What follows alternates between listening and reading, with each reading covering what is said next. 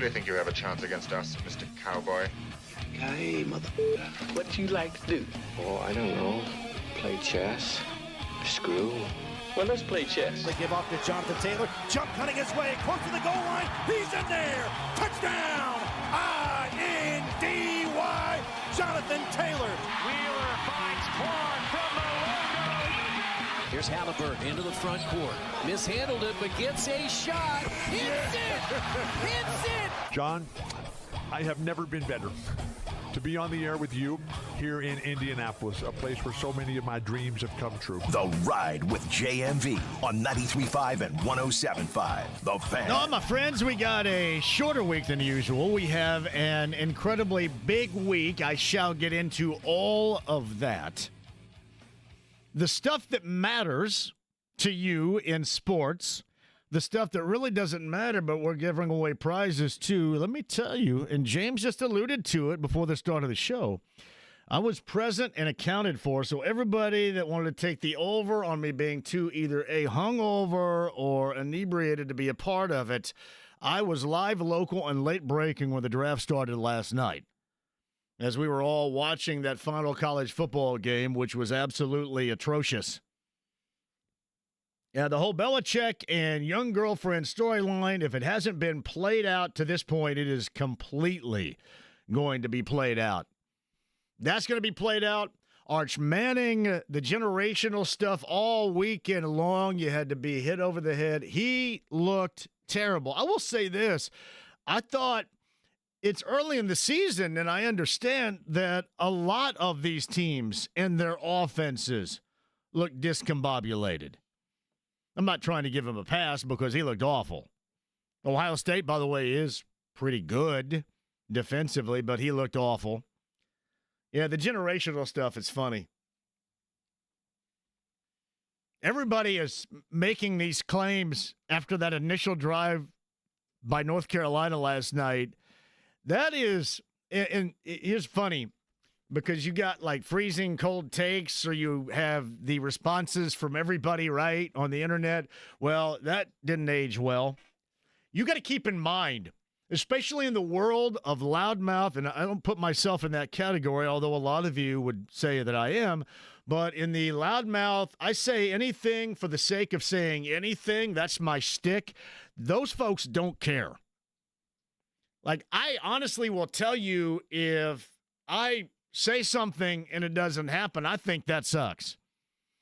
Because I kind of view what we do around here almost like the way that you view making decisions in the realm of football. You know, sometimes it's impactful on you even though you had nothing to do with it. Like the latest thing from Zach Kiefer in The Athletic, you know, regarding young quarterbacks and the lack of giving time and the selection on talent alone, the lack of maturation, and it alludes to Jim Irsay wanting a quarterback and wanting to play the quarterback. And I've said this all along. People say, well, you know what? Chris Ballard, Shane Steichen, they were forced with this. They were forced on this because the owner wanted it. Right. They were forced to play the quarterback because the owner wanted it. Right. The problem that you have is you, if you're Chris Ballard, you have to take ownership of that. And had you made your mark in other areas leading up to it, maybe you can convince people. But this was further down the line when things hasn't worked. And really, even if you did have a better than average career up until that point, this is still going to leave a mark. You get swallowed up, and that's the nature of the game. And I say this all the time, and it's really easy for me to say. You know that going in. You get involved in this, and you know that going in. Bill Polian made great decisions. It was a great era. He had a great quarterback. A very good head coach, obviously. I mean, Hall of Fame credentials all the way around. The first time things didn't go right, because he did run roughshod over folks on West 56th Street. It was his way or the highway. But when things didn't go right, people had the opportunity to do what? They had an opportunity to go out and get him. And some went out and got him. That is the nature of the business. And really, it's the nature of a lot of business that you see. Yeah, not just solely in the realm of sports. That is just where we are. But I found the weekend interesting. IU didn't look great, but they won. I mean, really, the only way anybody's going to go, oh, wow, this is great, it's just like last year, is if they would have sold out and everybody would have stayed and not left at the half, and the quarterback looked really good. I mean, we had people on this show touting Mendoza as the best quarterback in college football, you know, the best transfer portal pickup and all that, and he didn't look the part. That's not surprising. I mean, really, none of it was surprising. I mean, it's one thing to have to deal with negativity when you win by 2 scores, but it's another thing to have to deal with that when you lose. So you sidestep that, and you go on about your business before the start of the Big Ten. Purdue, on the other hand, you have nowhere to go but up. And Purdue against Ball State, laying claim that things now in this era could very well be different. And I would fair a guess that's what most Boilermaker fans were looking for. Because last year was about the worst of all time, really for anything.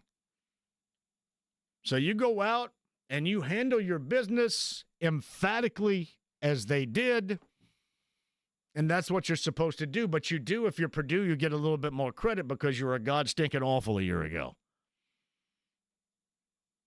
And the fans can get back on the bandwagon. You can parlay that bad boy with what, Southern Illinois coming up this weekend? Hell yeah. Just doing what you can do. And the final one, Notre Dame and Miami, I thought that Carr kid looked good in some spots, some other spots not so good. And Carson Beck looked like that he was playing college football at my age. And that's basically what he was, playing college football at my age, and he made some plays. You know, it's funny. Here's how dramatically a game can change, really at any sport, but especially football. Had that incredible catch, what was his name, C.J. Daniels? Had that incredible catch not been made, he made a play on the ball. It's one thing to make a play on that ball and to score that touchdown. Brilliant. I mean, some great stuff. But what he also saved that was an interception, because that was sailing right over his head and right into the awaiting arms of a Notre Dame defensive player. He saved a turnover and a scoring opportunity, and then arguably in night number 1, weekend number 1, I should say, he made what could turn out to be, for the course of the season, the defining play. I don't know where Miami goes. It was good for them. I just don't think it was dreadful for Notre Dame. And I'm not a Notre Dame fan. But you saw something, and I think even offensively you saw things you go, well, you know what? Here's where we can really do better here. A little bit more focus. And I would guarantee you that on either side of the line, those guys, I can't imagine a Notre Dame team being pushed around like that again. But that was an interesting game, to say the least, on Sunday night, the weekend of college football, which leads us to the start of the NFL season coming up for the Colts on Sunday. What, you got a Thursday and a Friday game. Thursday night, a Friday nighter in Brazil, which is just incredibly odd and awkward and so unnecessary, I think. So unnecessary. I guess now you understand when you go overseas, you go to London, the Colts are going to Berlin. Thank goodness I'm not going, but they're going. Great to play Atlanta. You know, all this stuff can be done here, and I think that would be fantastic. But, yeah, Brazil to start the season, I don't know. But you know what I know I will be doing? I'll be watching, just like all of us fools will be watching that. You know, I can't wait until it's back. I mentioned this a little bit earlier, to the stuff that really doesn't matter for us sports fans. I was on time and drafted. That was not the auto draft where I kicked ass last night. I was actually there on the couch drafting. Now, hungover, sure, but drafting. I was fighting through the pain of being tired as heck, too. I think I got all of about 3.5 hours of sleep in 4 days. So I was fighting through that. But I was there. I was live. I was local. I was late breaking. I was drafting. The winner take all gets, I have to put it this way now, too, the bar sampling, courtesy of Heaven Hill Distillery, to the winner right there. What was my grade? I didn't even know that you get your draft graded now. We got our drafts graded, James. Is that true? Yes. What is my draft grade? Is it much higher than what my GPA was in high school and in college? Because that was not good. Well, I was ranked, I believe my draft was ranked 3rd, and you are 2nd. And I got an Holy crap, A, so you second. must have gotten an A as well. And I'm whipping everybody's ass. Now, who's grading me on this? ESPN, the ESPN Fantasy Football app. Oh, okay. Yeah. Is it algorithms? I'm sure it is. Or is it just some little like egg-headed nerd behind the scenes going, well, I think you're going to have. That's a good grade right there. It's absolutely an algorithm because I got the draft grade for mine almost immediately after the draft was Robinson, done. Daniels, Brown. I think that's really smart of that guy. I'm sure. That's what the draft grader needs to sound like, that I think. Did your mic just disappear? That's outstanding right there.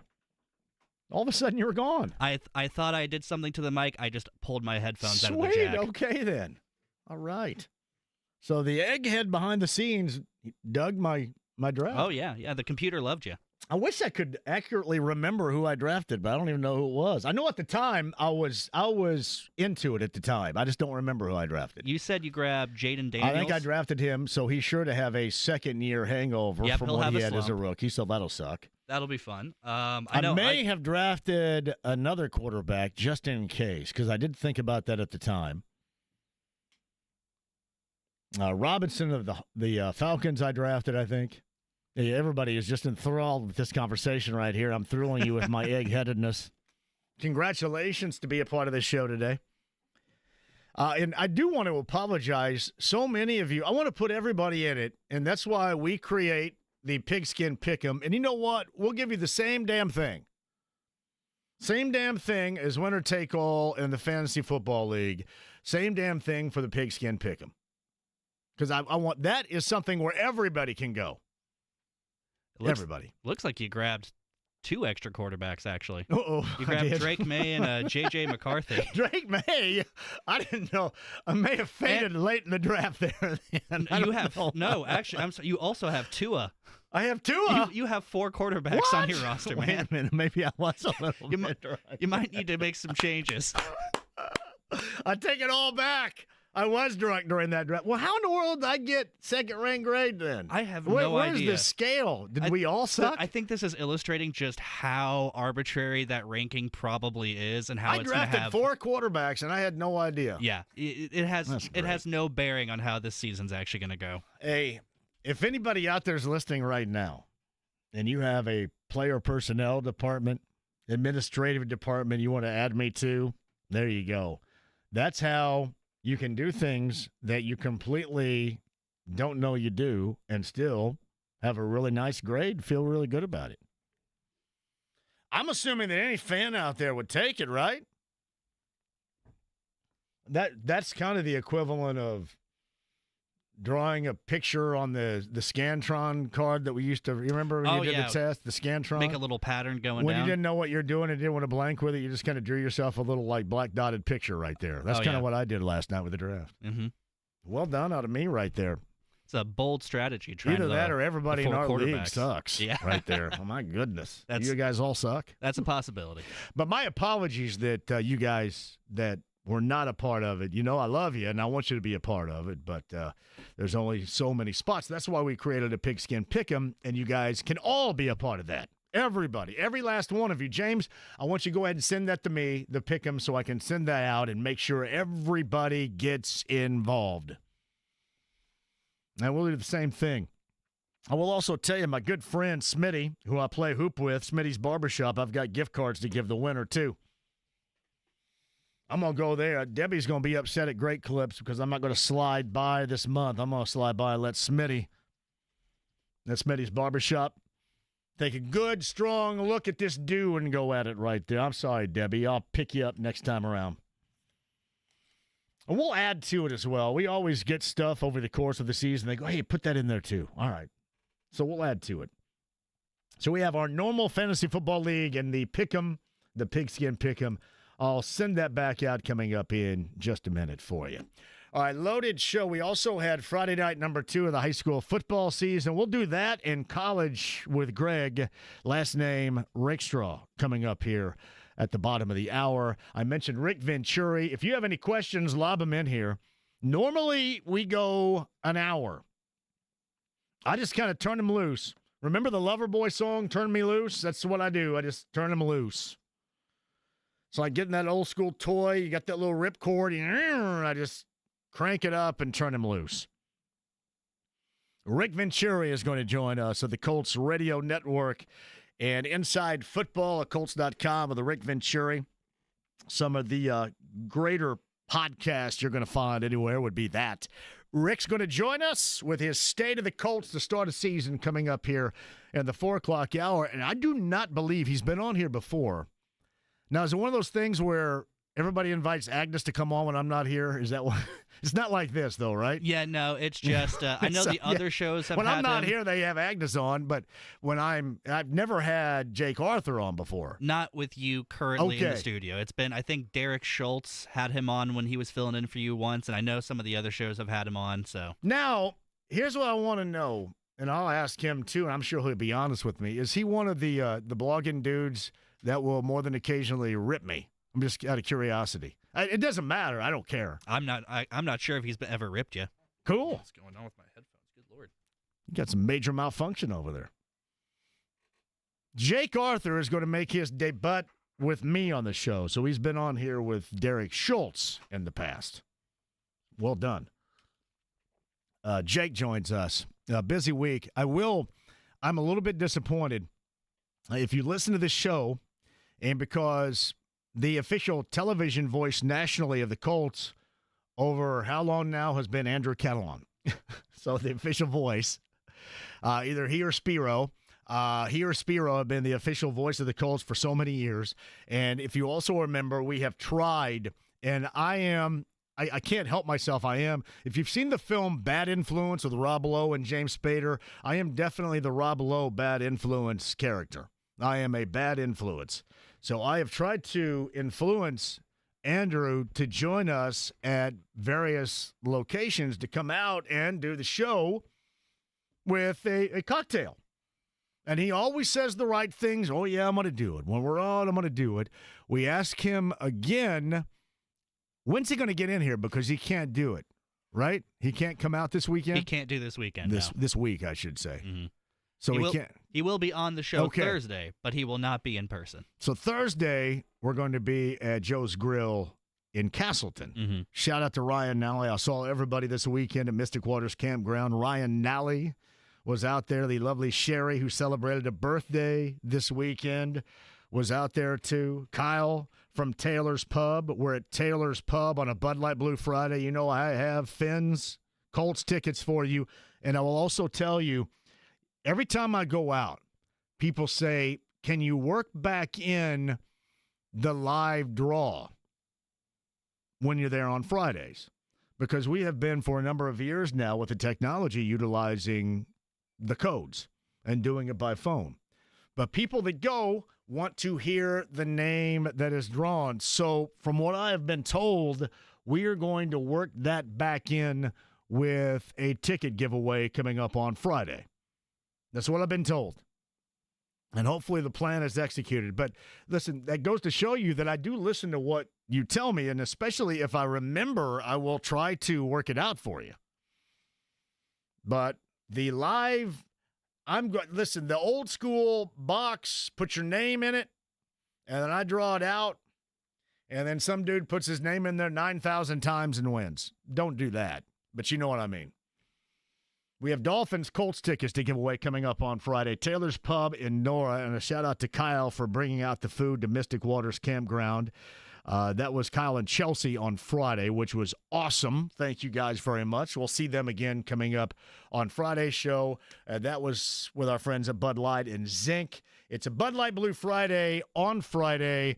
Taylor's Pub in Nora. Thursday, Larceny Bourbon Locks, Luna Azul Tequila Shots with Brent Halverson. And this is going to be week number 1 of our selections with Ryan Nally. I'm assuming Ryan Miller will be there. Who knows who else will be there? That is Joe's Grill in Castleton coming up on Thursday. So plenty of opportunities to join us. And listen, I'm not working a jackhammer. This is not hard. I sit here and yip yap all the time. And then I get to deal with a lot of good people. The occasional jackass will ruin it a little bit, but, that's okay. We sidestep that and move on. You know how I am. Fun as hell. Always will be until my dying days. But this is not like working a jackhammer. But I will tell you this. This today marks me, unless I take a Tuesday or Wednesday randomly off in the fall to go do what I ever have to do with G down there. Wish I would have taped some conversations with her this weekend, by the way, too. One of these days I will, just for you guys.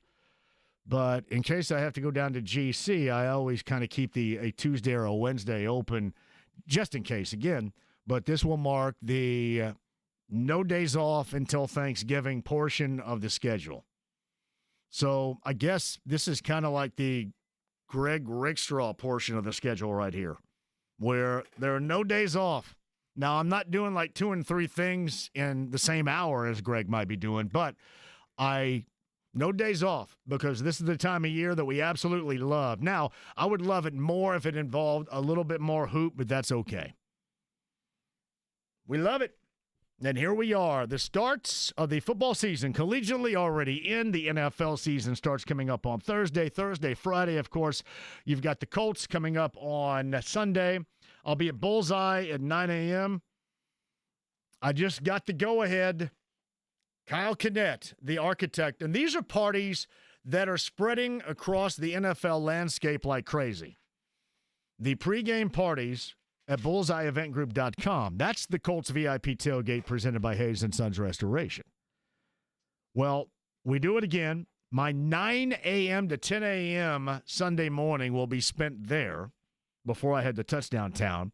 And all week long with Kyle Kinnett and Bullseye, I am going to be giving away on this show Bullseye Event Center passes. And I can tell you this, it doesn't make a damn difference what happens in the stadium. Your day is made before you even make the walk across Capitol to Lucas Oil Stadium. That's how great that it is. All you can eat, all you can drink. I know Skids is out there pounding out the great entertainment and the music. I believe Kelsey Murphy, the celebrity chef, is still providing the food. So, yes, I've got Bullseye passes, James, to give away all week long, including today. And by the way, if you don't win, just go ahead and log on, too, and see if you can get some tickets to the game because they can combo that up for you. BullseyeEventGroup.com and the Colts VIP tailgate presented by Hayes & Sons Restoration. All right. If you want to hit some MLB, we can. Maybe some jackassery out there a little bit. We can always locate the jackassery. We have a new top 25 that is out and a new number 1 that is Ohio State. Ohio State, Penn State, LSU, Georgia, Miami, Oregon, Texas. Oh, man. The Manning watch was not good on Saturday. Clemson, Notre Dame, South Carolina, your top 10. Let's scroll down and see where IU's 23rd. Previous ranking in this poll, 20th, 23rd for IU.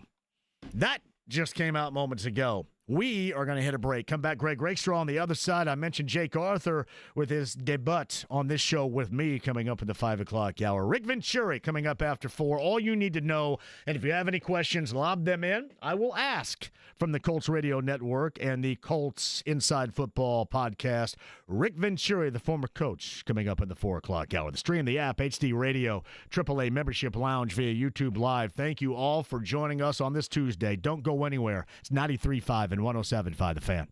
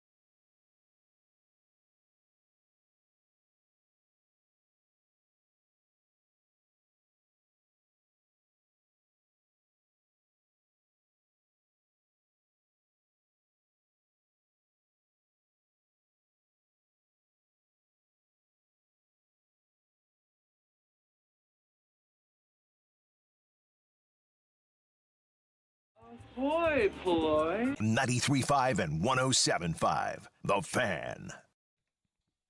Who do you think's calling me right now? Surprised that my mom. Oh, I should have recorded some G conversations over the weekend. It was really good. I was about to guess your mom. Oh, boy. Pigskin Pick'em. I saw this, our text stream or text line at 317-239-1070. One of these days you guys are going to sponsor. Somebody's going to sponsor that. Glenn says, what? No bar restock. Well, the problem with that is I have been told that I should put it a different way, Glenn. Yeah, it is. And you said it. A bar restock it is. Let's just say this. Your home bar will be happy you won. But I have to put it a different way because I don't want people climbing up my rear end. And neither do you.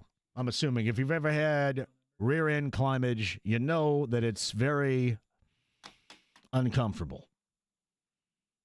So we put it as samplers, which I know it's beyond lame. It's really beneath me to say it that way, but they tell me to, thus I do. So you know what it is. You know what you win. Yeah, especially if you, pick it up and don't let me drive around with it in the back of the truck for 6 months.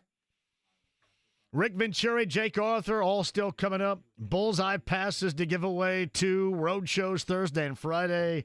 A hellaciously awesome week on the inbound on the Andy Moore Automotive Group hotline.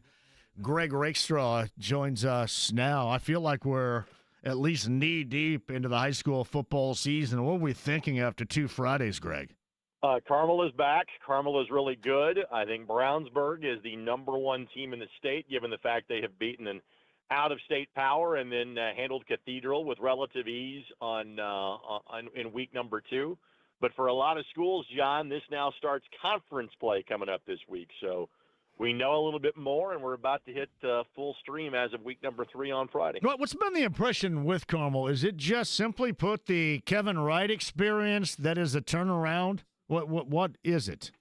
I think it's a combination of things. Kevin is a big part of it. Kevin really knows what he's doing. And, having been coaching at the collegiate level or the national level at IMG, that makes you a better coach.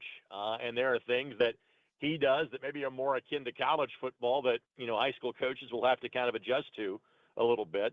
Carmel struggled the last couple of years by their standards, winning 5 in 3 games, because they were playing a lot of underclassmen. And so those kids have matured and they're seniors, and that doesn't hurt. And they also have a move-in, which never hurts either.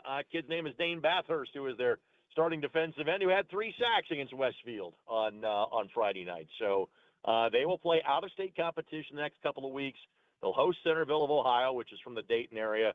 Then they will play at Louisville Trinity before they then resume the Indiana portion of their schedule with Columbus North in week 5. But all of a sudden, Carmel is now in contention to be potentially the northern representative in terms of the state championship. So Greg Rakestraw's on the Andy Moore Automotive Group hotline. Going into week 3, who is the best of the even on the season 1-1s? Westfield, LN, Zionsville, Warren Central, if we're talking about 6A, Greg.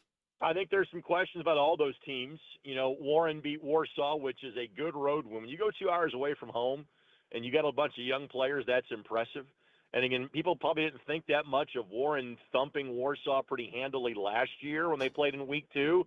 Warsaw were the 5A runners-up, which means they're amongst, some of the top teams in the state. So that was a good win for them. Zionsville had a really impressive week 1 win against Pike, but then LC got them. And frankly, LC may be the team that could be shaped to be one of the bigger surprises in the area, because it looked like they were kind of hit hard by some transfers and some graduation losses. But Santana Allen has come in and played well at quarterback. Defensively, I thought they did some good things against Lawrence North. So I'd put LC in that mix. LN has some skill pieces and some speed. I think LN's concern is kind of size up front and defensively, maybe figuring some things out, because they graduated a lot of playmakers off of that defense last year. Warren is one of the teams, John, that I think will have the biggest growth from the beginning to the end of the season, because even though they got a couple of really talented players on defense in Finch and Elkins, they've got a lot of guys that didn't have to start last year because they were so senior laden on D. So I do think Warren is a team that maybe could improve as much as anybody in the state from the start to the end of the season. Greg Rakestraw is on the Andy Moore Automotive Group hotline. This is specific to D.C. here on the southwest side. I'm curious. They're 0-2. It is a tough start schedule-wise, and obviously New Pal is difficult. They move up after a state title to 6A. You get in a bit of a softer part of your schedule right now. How are you feeling if you're Kyle Enright and company after this 0-2 start now moving forward to week 3? Well, again, you upped your level of competition. Now, the New Pal game, has been on their schedule for the last handful of years, and New Pal is the favorite to take DC's spot as the 5A state champion. Losing to Avon, no shame in that, a quality 6A team. Avon backed that up by thumping Ben Davis in terms of their game on Friday night.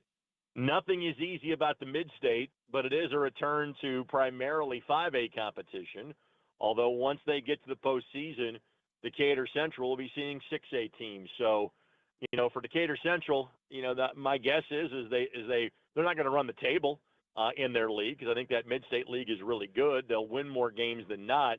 But really for Decatur Central now it's going to be about, all right, how do you match up with LN, LC, and North Central by the time you get to the postseason? It's Greg Rakestraw on the Andy Moore Automotive Group hotline with us. We're looking 5A down to 4A. Chittard, no big surprise there. 2-0. Roncalli off to a 1-1 start. That's next up for them. Heritage Hills, Mishawaka, East Noble, and Roncalli, the top 5 in 4A. Outside of Chittard, what stands out to you about that group, Greg? Heritage Hills. And again, I think, we'll see exactly how Chittard and Roncalli compare this week. And those two are in the same sectional. They're joined by Danville, Buff, Northview, Mooresville, all in a pretty loaded sectional in terms of 4A in the local area. But really, I think most people would expect at some point, and I guess it'll be the semi-state round, for Chittard and Heritage Hills to meet up. Again, Heritage Hills playing up a classification. Chittard is playing up a classification as well. But because Heritage Hills has Jet Goldsberry, they've got 2 major Division I recruits on that team.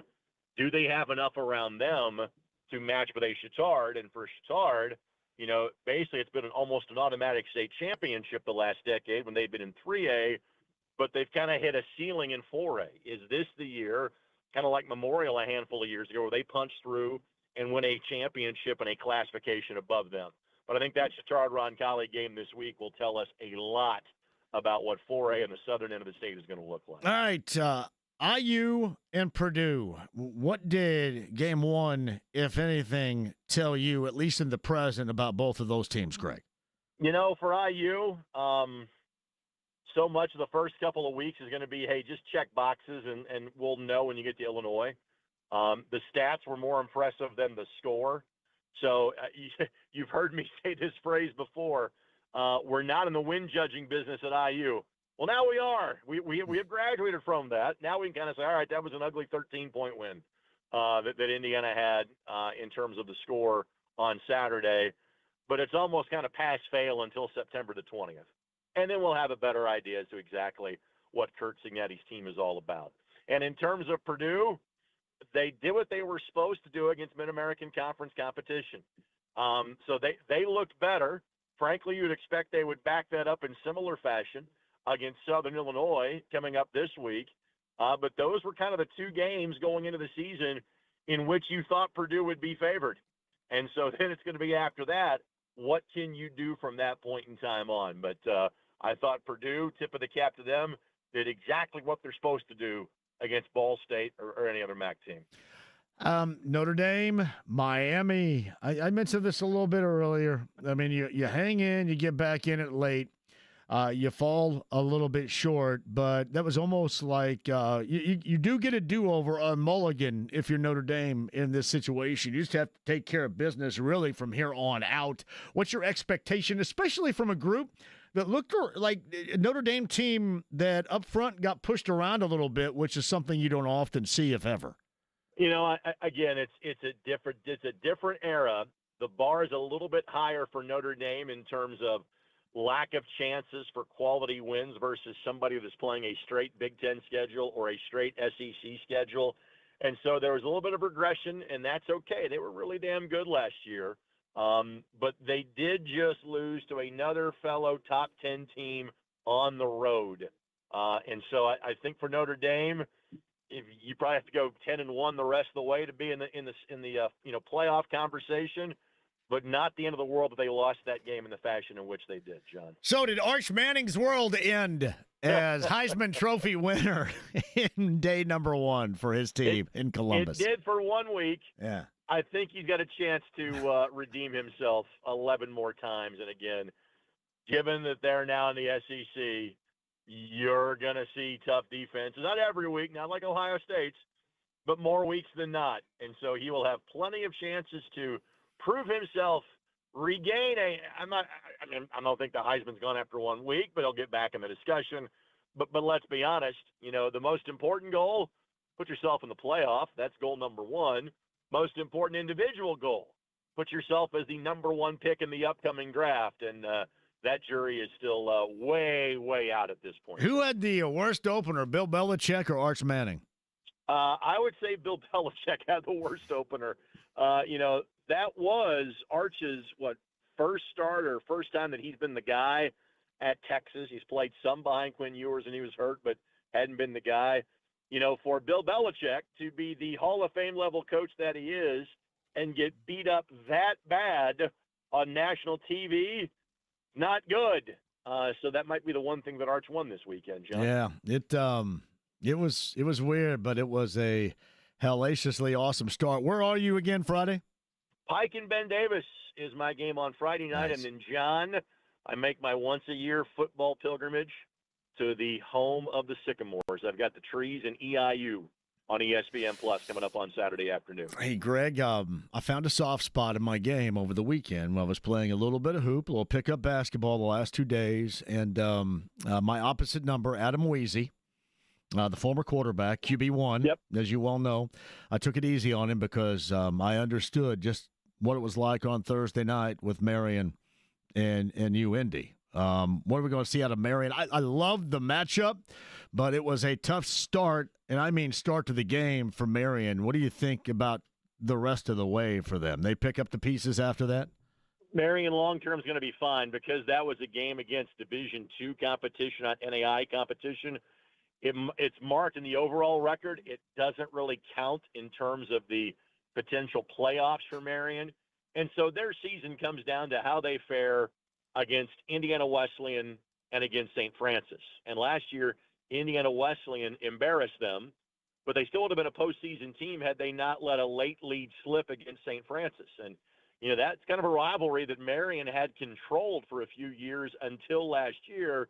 St. Francis got them. They made the postseason, and Marion did not, which was the rare miss for them. So I think long-term Marion is going to be just fine. And for UIndy, they should win the GLVC, which means they will have an automatic berth. They play a couple of really good non-conference games coming up against Findlay and Ashland, and that will probably kind of give you an idea as to if UIndy, what they're trying to do is snap a streak of not winning a postseason game. So I want to say 2019 was the last time they make it most every year. They haven't been successful in terms of winning a game, and that's what Chris Keevers and company are setting out to do come the middle of November. I do love the matchup, though. I think that's fun as hell to start the season, Greg. I do. And again, it's the first time in 9 years, and I am glad that it's back on the calendar. Me too. They're guaranteed to play again next year at Key Stadium, and then after that, we'll see. So it's great for all parties involved. I understand it from UIndy's perspective. It's kind of like when UIndy kept wanting Butler to play him, and Butler's like, no, it doesn't do us as much good. So I get it. But I think the positives of getting the two together on one field outweigh the negatives. There's no negative for Marion. Yeah. I get the negative from UIndy. I think having that spotlight overarches that, to be honest. I took it easy on the former QB1 the last 2 days. Not just Marion starting quarterback, but former IFCA South All-Star quarterback from Grand Meridian. Well, he's still a talented dude. He is. And I will give him credit. I mean, he gets up and comes in. You don't have to remind him. He comes in. So you got to have that He is dedicated, Greg. We need a little dedication, buddy. He's got that Tom Coughlin football mentality. If you're 5 minutes early, you're late. Should be there on time. He gets that. Exactly right. All right, brother. We'll talk at you later on this week, and we got a big weekend, obviously. You at the post-game show with the Colts after the Dolphins game as well. Loaded up and good to go. And, John, I have a rare Saturday night off. Oh. So I'll be calling the program very early in the show on my way back from the Oak. I'll be ready. Thanks, buddy. See ya. Greg Rakestraw is on the Andy Moore Automotive Group hotline. Now, we shall take a break, and Rick Venturi's got the 4 o'clock hour nailed down. Any questions? Lob them to me. Otherwise, I've got the floor, and we'll turn it over to Rick with the state of the Colts to start the season and more. Rick Venturi coming up at the top of the hour. Stream the app, HD Radio, AAA Membership Lounge via YouTube Live, and the text line at 317-239-1070. Back with you next.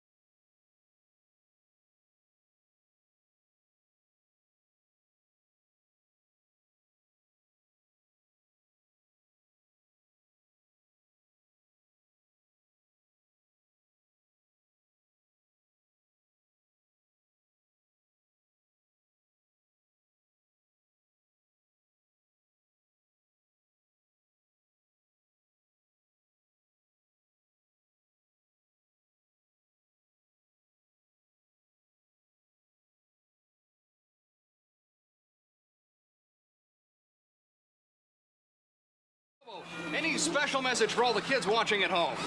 Stay out of trouble. 93.5 and 107.5. The Fan. Yes, the text line at 317-239-1070. Hey, JMV, love the show. I was out at Mystic Waters playing some acoustic guitar Friday night. That was awesome. Shout out to JC right there. Good times.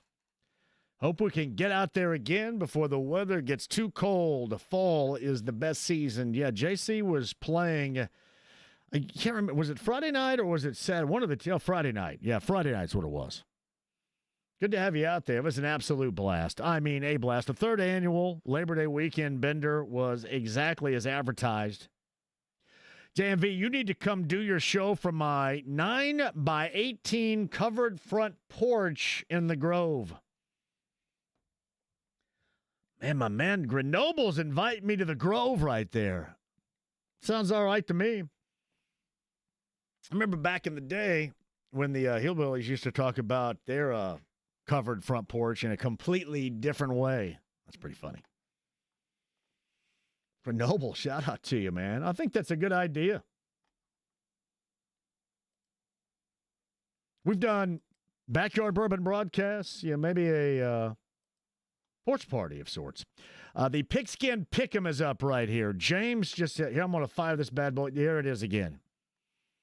See, if you did not get in our fantasy league, of which I was ranked second in our draft last night, even when clearly I lost a little bit of focus and drafted 4 quarterbacks. I think I lost a little bit of focus last night at the end. Hey man, when those quarterback injuries start happening, though, you're gonna be set. You're gonna have pieces to deal. I got to get new eyeballs too, because I swear to you, I was trying to read the phone last night, and I'm just some old guy with my magnifying glass out going. I look like Sherlock Holmes. You can you can like magnify the screen, right? You can do that. I know. I'm going to have to. Yeah. I've not done it because I didn't want to fall into that category, but I think it's better than me looking for clues on the ground like I'm Clue Club or something. But yeah, I think that was supposed to be a fail-safe, and it didn't work out for me. But I had the second ranked of our league team, and I picked 4 quarterbacks. It's a bold strategy. Yeah. Well, I just think it goes to show you how bad everybody else must have been. You're playing 4D chess right now. Yeah. 4 quarterbacks. I saw this a little bit earlier. Basketball great. If you remember him as a coach, a longtime Nike executive, George Raveling, was a part of that 1984 Team USA, coached by Bob Knight squad, including Steve Alford, has passed away at the age of 88. So, part of that story, too, Raveling, and this is from Ravel. Raveling was the security guard at the March on Washington back in 1963 and asked Martin Luther King for his copy of the I Have a Dream speech. And he donated that to his alma mater, which is Villanova. George Raveling, also head coach, Iowa and USC, I believe. A long-standing fixture in the world of basketball, for sure. Hey, our fixture around here for football, if you want to know the state of the Colts, Rick Venturi was really at the very early stages said, hey, it's going to be Daniel Jones. And it was Daniel Jones. We'll talk to Rick about that and the rest of the Colts and their start against this Dolphins team coming up here at the top of the hour.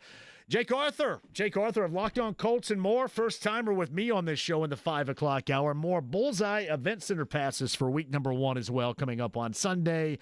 You got to listen to win hour 2 and the text line at 317-239-1070. Get your questions and your comments in there. The AAA Membership Lounge, YouTube Live, 93.5, 107.5 The Fan.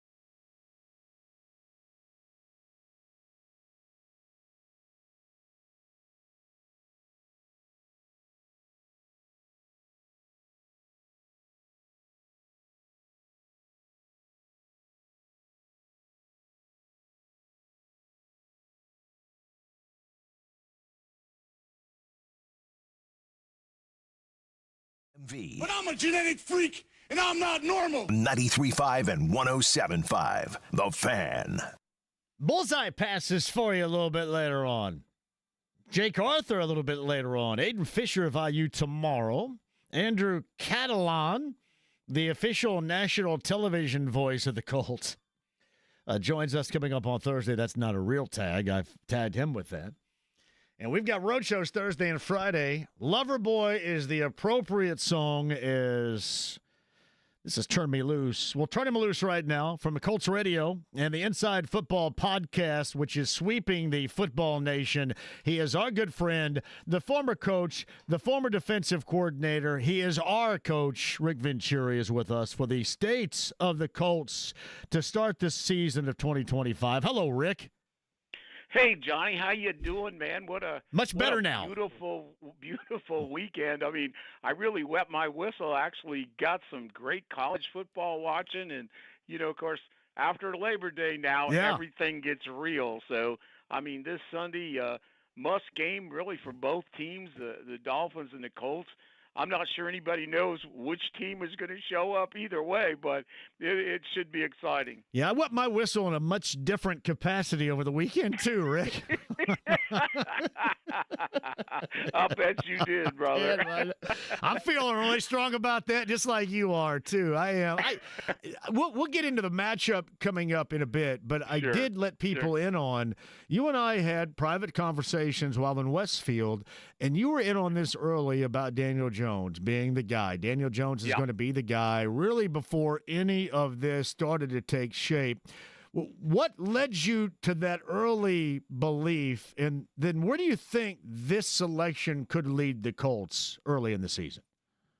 Well, first of all, I do think, and I will commend the coaching staff, they really did make it an open competition. I mean, it was equal first and second team reps, from the beginning to the end down to the numbers. And I was concerned about how that was going to go, but to their credit, they did a really good job. They really did.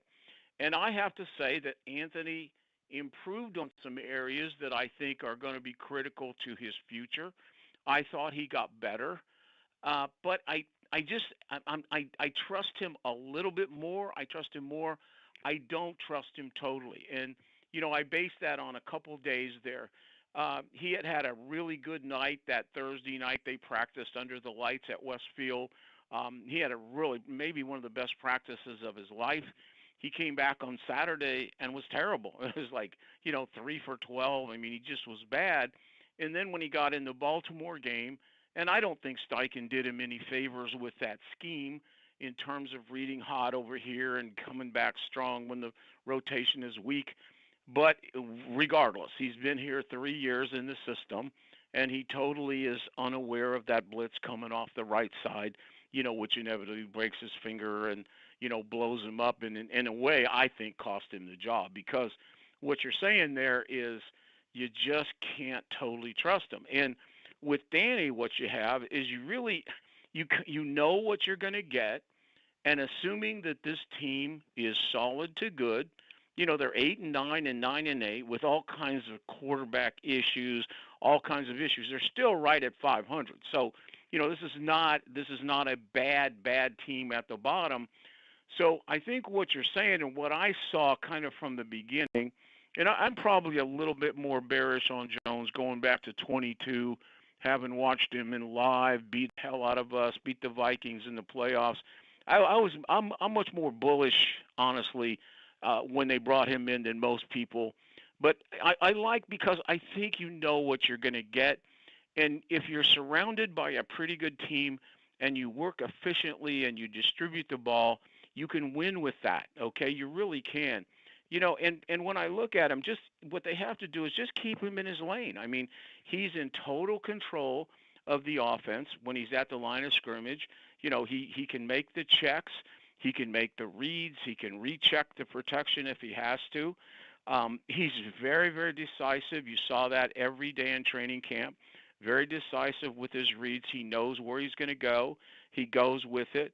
He's very accurate in the intermediate area, that area between the numbers, about 12 yards to 15 in there. and he's got really good touch on the short ball. He's also and I think this is underrated with him. He had over 700 yards in 22 and 7 touchdowns. He can run the designers. He's not the runner that Anthony is, but he can run a zone read if you need it on short yardage. He can get out of trouble and get out on the perimeter and make a throw. So, he's athletic that way.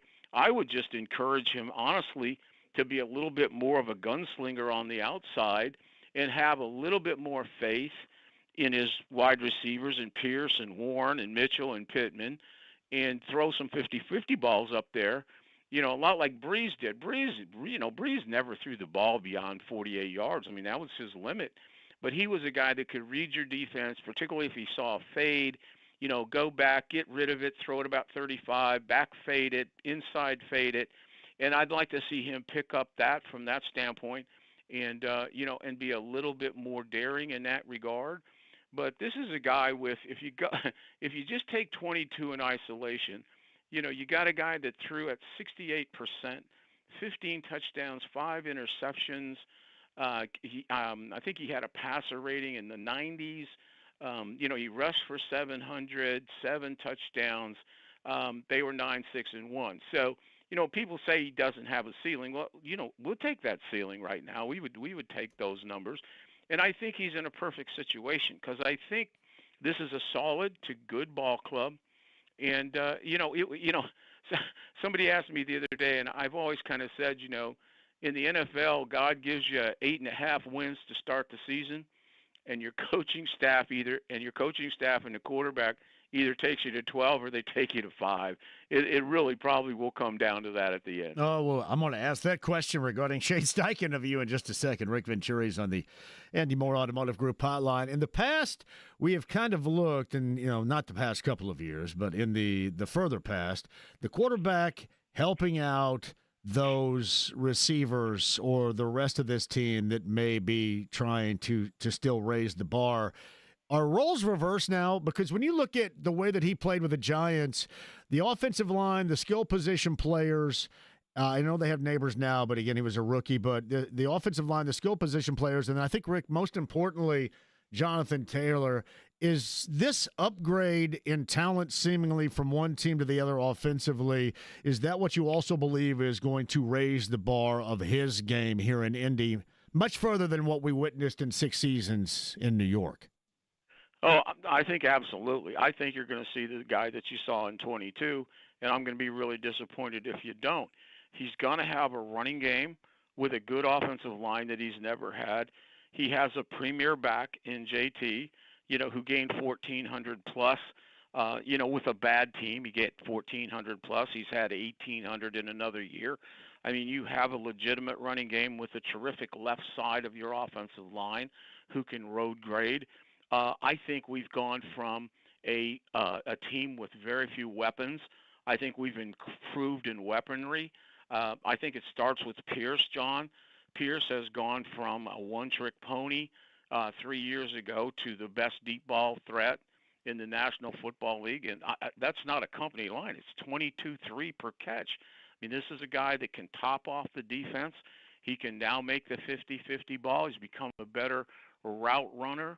So you got kind of you got a guy that's headed for a premier spot there. Warren brings you a tremendous threat inside. This guy's everything that we hoped he'd be and more. I mean, this guy's going to open up your seams. You're going to have a lot of versatility with him. He can catch and run. He's got great catch radius. So all of a sudden you got a big seam guy. You got an outside guy. Downs is exceptional third and short receiver. Pittman is your reliable volume guy. And the guy that could make all the difference in the world is Mitchell. If Mitchell can play, just like he did in training camp, which wasn't perfect, but if he can play like he did in training camp, he is without question the most talented receiver we have. He's the one guy that can separate from anybody, including Ward.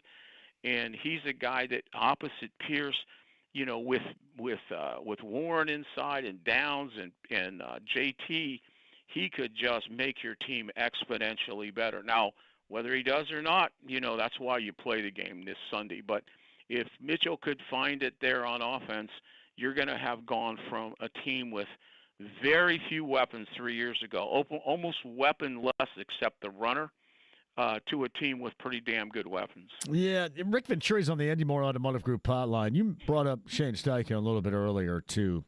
What's your expectation on how he handles this? Because, let's face it, whether anybody wants to blame him or not, he's the head coach, and he's going to get the blame. That's just kind of the state of where that is and always will be for the future. But how do you think he handles this compared to his first 2 seasons at the helm of this squad, in particular Daniel Jones and this offense? Because we've been waiting around for this, this inventive kind of eye-popping stuff that never has come to fruition.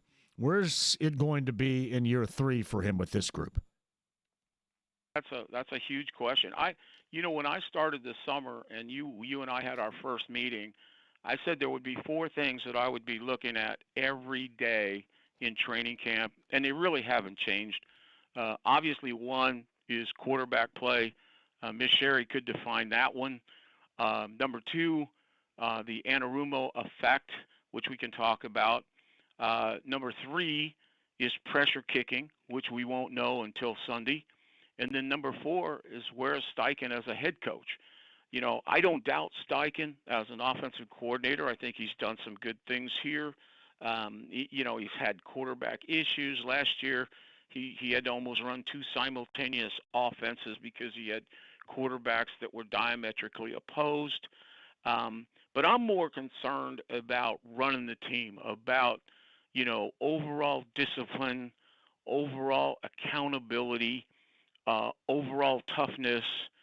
And then, of course, the obvious is game management. We tend to talk game management, I think, more in basketball in this state because it's a little bit more obvious. But, NFL games, almost 80% of them are 7-point differentials or less.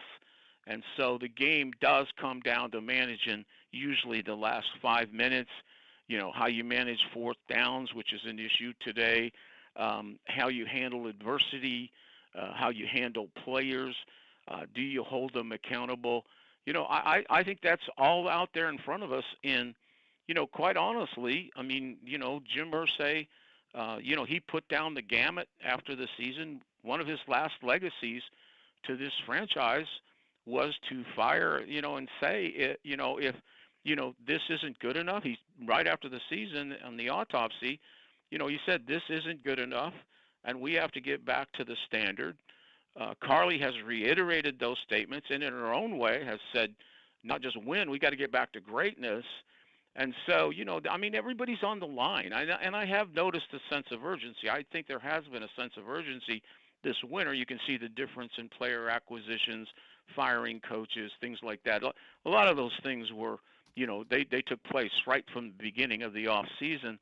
But this is a huge game for McDaniel and, for Steichen. This opening game in some ways is an employment bowl. Yeah, listen. You know me. I'm not afraid to call a week number 1 a must win.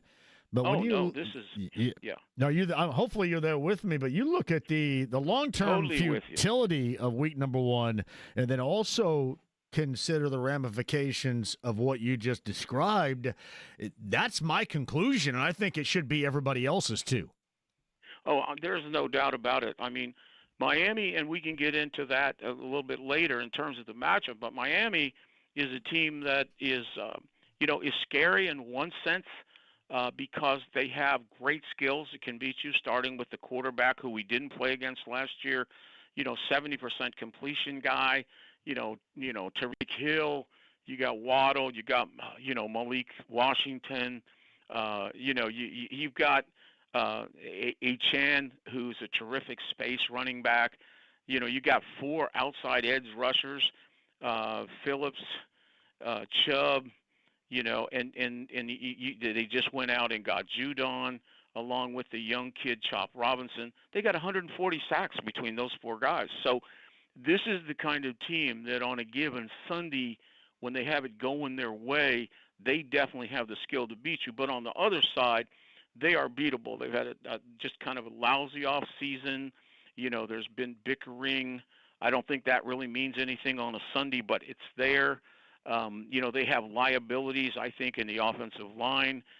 They're playing with guys off the street at corner.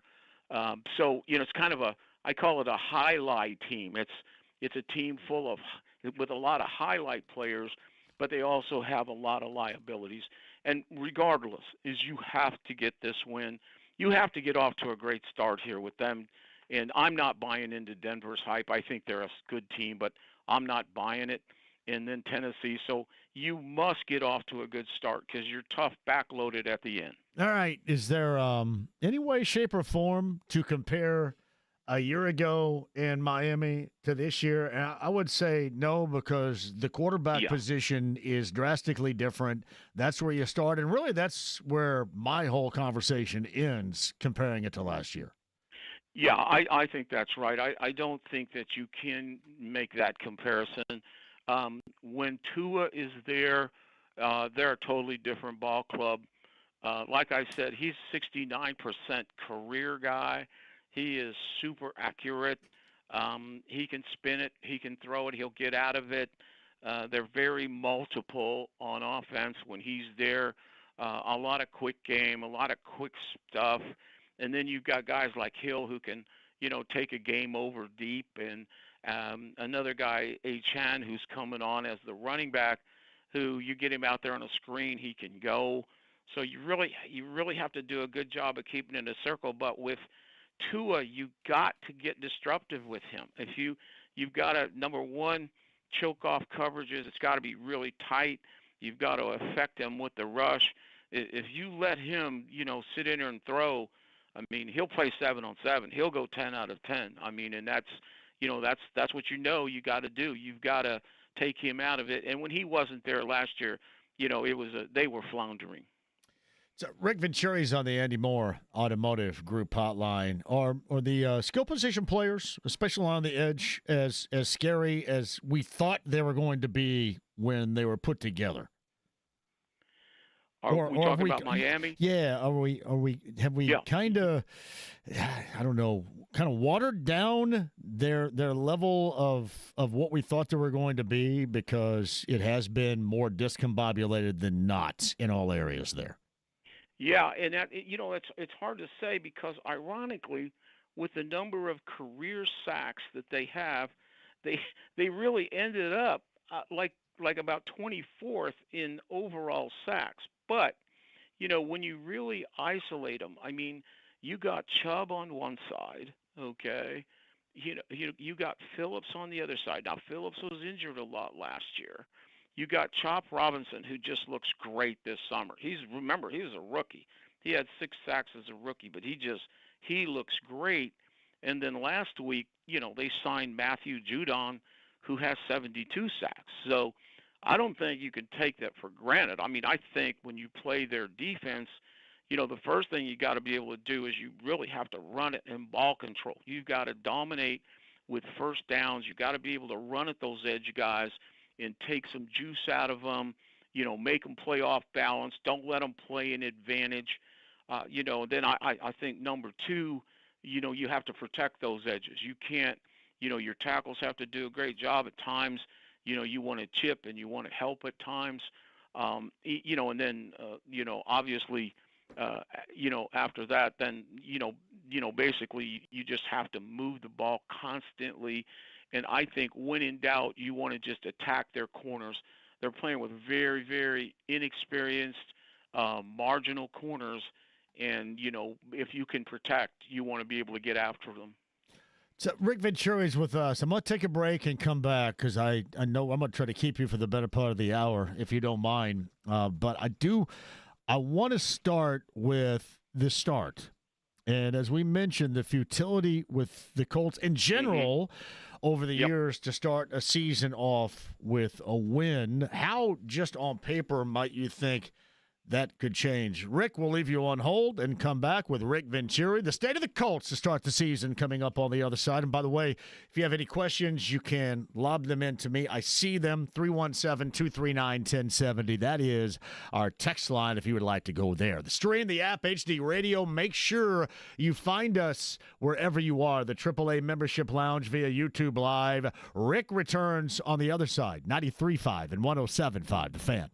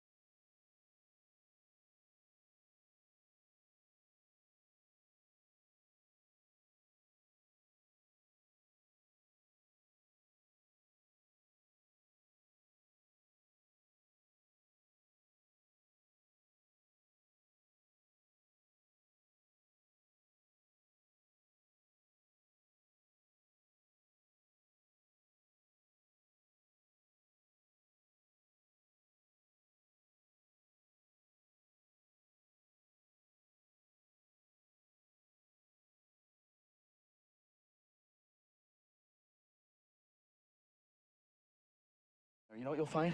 Picture me? No! The definition of the word idiot, which you f***ing are. 93.5 and 107.5. The Fan. Rick Venturi rejoins on the Andy Moore Automotive Group hotline. So Mike Chappell had this 0-10-1, NFL's longest active non-win streak in openers are the Colts.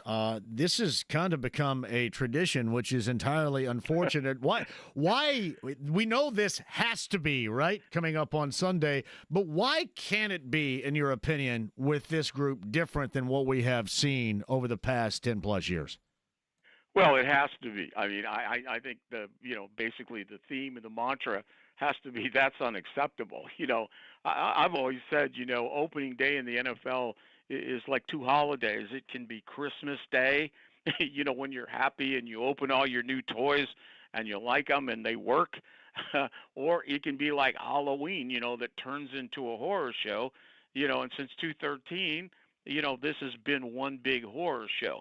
I think on one end of it, though, you do have to emphasize that absolutely, as awful as that history is, that absolutely nothing that has happened in those last 11 games, has anything to do with happens this Sunday. Number one, that has to be a mindset. You control your destiny this Sunday, regardless of what's ever transpired before that. When I look at this team, here I look for solutions. I mean, how do you change it? And here's what I saw. I'll give you my observation in training camp in terms of how I feel like we could or could not change it. Number one, I think that Steichen did a really good job, better than he has by far the first 2 years, in really adding reps to the practice. I mean, they got, I don't know how many, it's in the hundreds, more reps by going faster, constantly, more team stuff. I think that he worked very hard and effectively in having this team ready on two areas. I think they're much more ready situationally and tactically. And this is what I mean by that, John. Situationally, they worked constantly on situations. They worked, red zone extensively day after day after day. And honest to God, the NFL comes down to the last 30 yards, whether you call it the orange zone to the 20 and then the 20 in is the red. But, they worked a lot of situational stuff. They weren't very good in the red zone. A year ago, they were 23rd, which affects scoring. And then tactically, the one thing that I really liked that he did, of course, the joint practices are good because, you work in, and they worked against two playoff teams, two good teams. You work against different schemes. You work against different one-on-ones. People will show things in a joint practice. It's more realistic schematically than a preseason game is because they'll show stuff in those joint practices that they won't in the game. So I think this team is more ready going in Sunday. As I said, two areas, situationally and tactically. What I'm not sure, because you'll never make me believe that not playing your guys in that first 2 weeks in those games makes sense. I just feel like, you have to have your team ready to play the game physically. I've always felt like you should play a quarter in the first game, a full half in a second game, and you play the third game by how the results are and where you are health-wise. But, my father was obviously Hall of Fame coach, one of the best high school coaches ever, and he was a combat conditioner in World War II in the United States Marine Corps. And he would always say to me, I would come up with new ideas as a young coach and, innovative technical stuff. And he would look at me and he said, I want to know one thing. Is your team combat ready? And that I'm not sure. I mean, we'll see, and I hope they are, and they very well might be. But to me, when you protect your guys in August, what you do is you get a hell of a lot more injuries in September, and you're not ready. So that's my one little worry going in. Again, situationally, tactically, I think they're ahead of where they have been in other years. Physically, Sunday will tell. You just mentioned this. They have gone out of their way to try to change, I think dramatically, a lot of different aspects of this team to have the results they're looking for. Why not that particular aspect, you think? Yeah, I think most younger coaches today are running scared. They're running, and I don't mean that as a total negative. It's just I'm using a kind of a phrase that, if they get a guy hurt, they know they're going to have tremendous criticism. They want to get to that opening game with a full team and all that. But I just feel like that, if you get that team combat ready, you're going to have less injuries in September. You look at all the injuries in September in the NFL and the bad football that's played.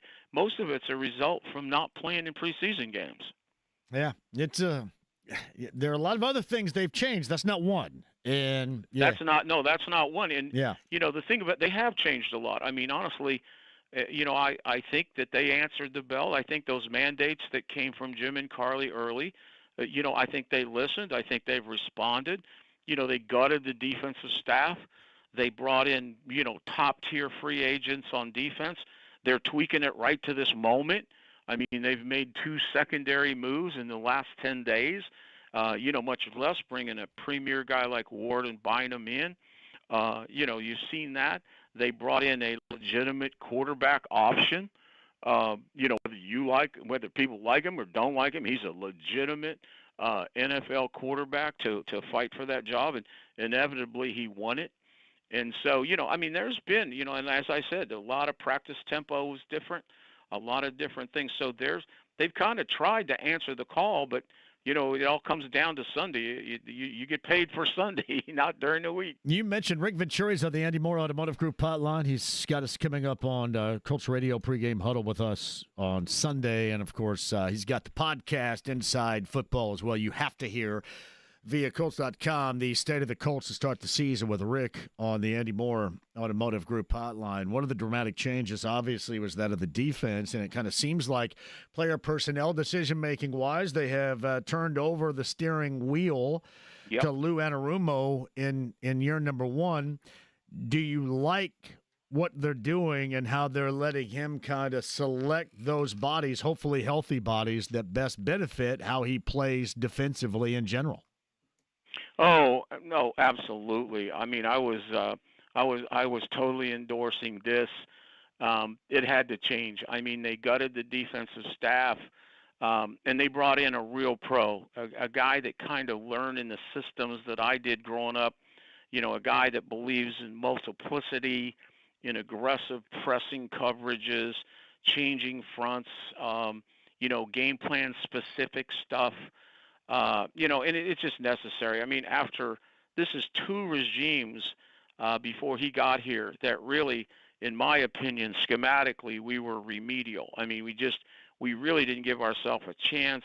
Last year, 29th in defense, 30th in percentage passes against, fourth quarter defense, 32, 24 in terms of points given up. And this, I've seen it for 5 years. Soft area zones, not real specific game plans, and you know what? It's backfired. I mean, we haven't stopped quarterbacks, be it good, be it not so good. We haven't stopped key players on the other team. It's been very hard to watch, to be honest with you. And immediately with Lou, you see a totally different philosophy, which then, as you alluded to, also changes how you procure talent. What do you look for in talent? You've heard me say this forever. It's very hard for me ever to have a corner, unless he's a veteran that knows what he's doing, that runs a 4.5 plus 40, because you have to be able to run on the outside. If you're going to play man-to-man, you got to outrun your mistakes as a young kid. You got to have great change of direction, and you have to have mental toughness. Now, in many cases, to get those attributes, you end up sacrificing length. Length was such a big thing here, and I never bought it, because I always said, length is important if you fight the game, if you fight the battle in the phone booth. If you move it across the street, and I've got to get there, I might not be able to get there. So what you've seen is going out and get a premier man-to-man guy like Ward Then just 10 days ago, we go out and get Howard, who, if he's healthy and he can find it, you've got 2 Pro Bowlers on the outside. Now, both of those guys are man-to-man guys. We just did Blackman, the kid from Minnesota, who's kind of a combination corner nickel, a little bit smaller, but really, really quick. So if you look at that secondary now, the length guys, with the exception of Jonesy, who I think is a good exception, are pretty much gone, and what you have is man-to-man guys. So now, if you look at that first starting 5, if you go with Ward at one corner, Howard at the other corner, assuming they can find their strengths, their ceilings, and their health, then you go with Kenny Moore, who's a top-tier nickel. You go with Cross and Bynum at the safeties. John, that's as good a talent. I mean, we went from talent poor, coming out of the season.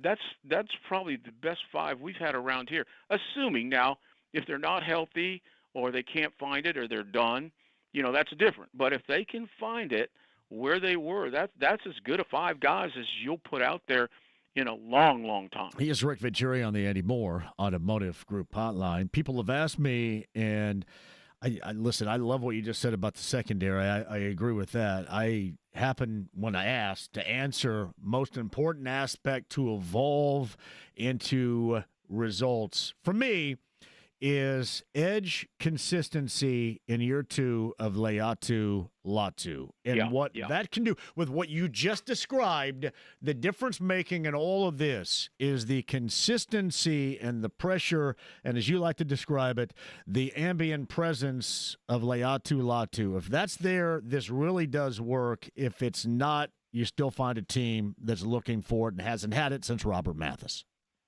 No, that is exactly right, John. I couldn't have said it better, really. When you look at our defense, assuming that secondary's whole, it's going to be vastly improved. Schematically, we're going to be vastly improved. We'll go from 29th up to the middle just with those things. You've got 2 really good players in Buckner and Grover. I mean, 2 really good top-tier guys. I think you're shaky behind them, but you're good there. You've got a bunch of defensive ends who you can all, kind of throw in a bucket. They're all sound. They're all solid. They'll all play hard. What the Colts have to have, if we're going to take the exponential step, I talked about Mitchell on offense. If we're going to take the exponential step on defense, it's got to be that edge guy, and it's probably got to be Latu. I don't see anybody else.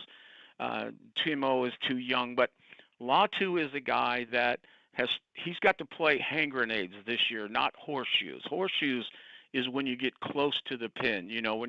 When you get near hits, he's got to play hand grenades where you're blowing up the quarterback, and he's got to be that guy off that edge that, as you said, Mathis, Freeney.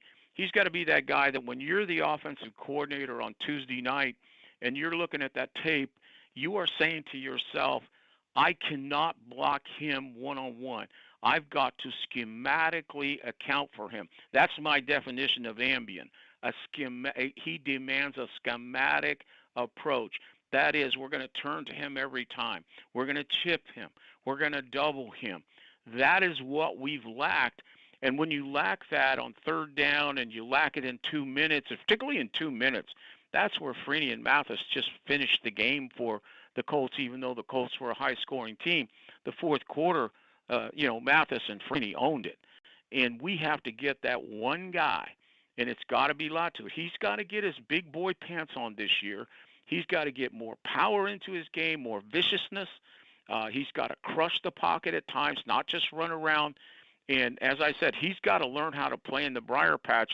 But he is the key, you're exactly right, to the defense taking a gigantic step on defense. To me, it's the key. And you just go back to when he was drafted and, the quote of Chris Ballard in the draft room saying, hey, we just got the best defensive player in this draft. You got to represent that. This team needs that. This defense needs that. And I just think that that's what makes this defense the best it can be. I think you can do a lot of things in the secondary, Rick, and I think I like what they have done. I like Ward a great deal. I like Bynum a great deal. You mentioned the health and the bodies they have. But if that aspect doesn't work, then that compromises the back end. We all know that to be true. Yeah, and you can be good in the interior like a Buckner, but you very seldom, unless you're an Aaron Donald who's on another level, you very seldom dominate the game from the inside and pass rush. It all starts with the edge guy. And if you can, if you and you know what it really matters, like I said, is in the fourth quarter. By the fourth quarter, you've basically utilized all your blitzes. You're playing coverage. You're getting after them. Everybody's worn down, and it's that great one that comes through in that 2-minute drill when you know they've got a pass, and it's you and that tackle, and you got to beat them, and you got to get that quarterback down. You're exactly right. It really, the game comes down to that, and so he's got to get it. I mean, he's got to get it. He's got to, in my opinion, really toughen up, and as I said, get in that briar patch and get after it. So Rick Venturi with us. Let's take a break. We'll come back and close out the hour with the state of the Colts with Rick Venturi. I do want to ask about the offensive line. We haven't been there, and we did kind of touch on Tyler Warren a little bit. That expectation, and we kind of buried a little bit of the lead. We talked about Daniel Jones, but Anthony Richardson's role, if any, what can it be? Rick, hang tight. We'll come back for a final time with Rick Venturi coming up on the other side. The Stream the app, HD Radio, AAA Membership Lounge via YouTube Live. Any of your questions at 317-239-1070. That is our text line on this Tuesday with 93.5 and 107.5 The Fan.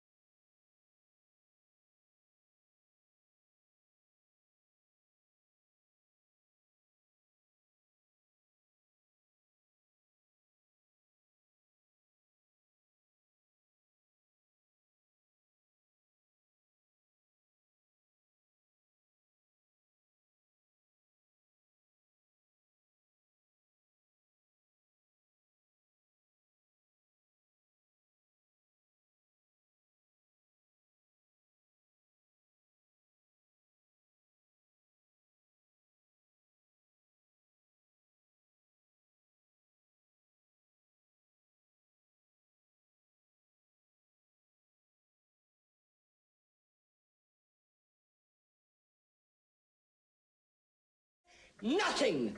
You lose. Good day, sir. 93.5 and 107.5. The Fan. Aiden Fisher of IU tomorrow. Andrew Catalan of CBS coming up on Thursday. Joe's Grill, Larceny Bourbon Locks, Luna's Old Tequila Shots, Week 1, Thursday. Brent Halverson, Ryan Nally and the gang. That's the Castleton location.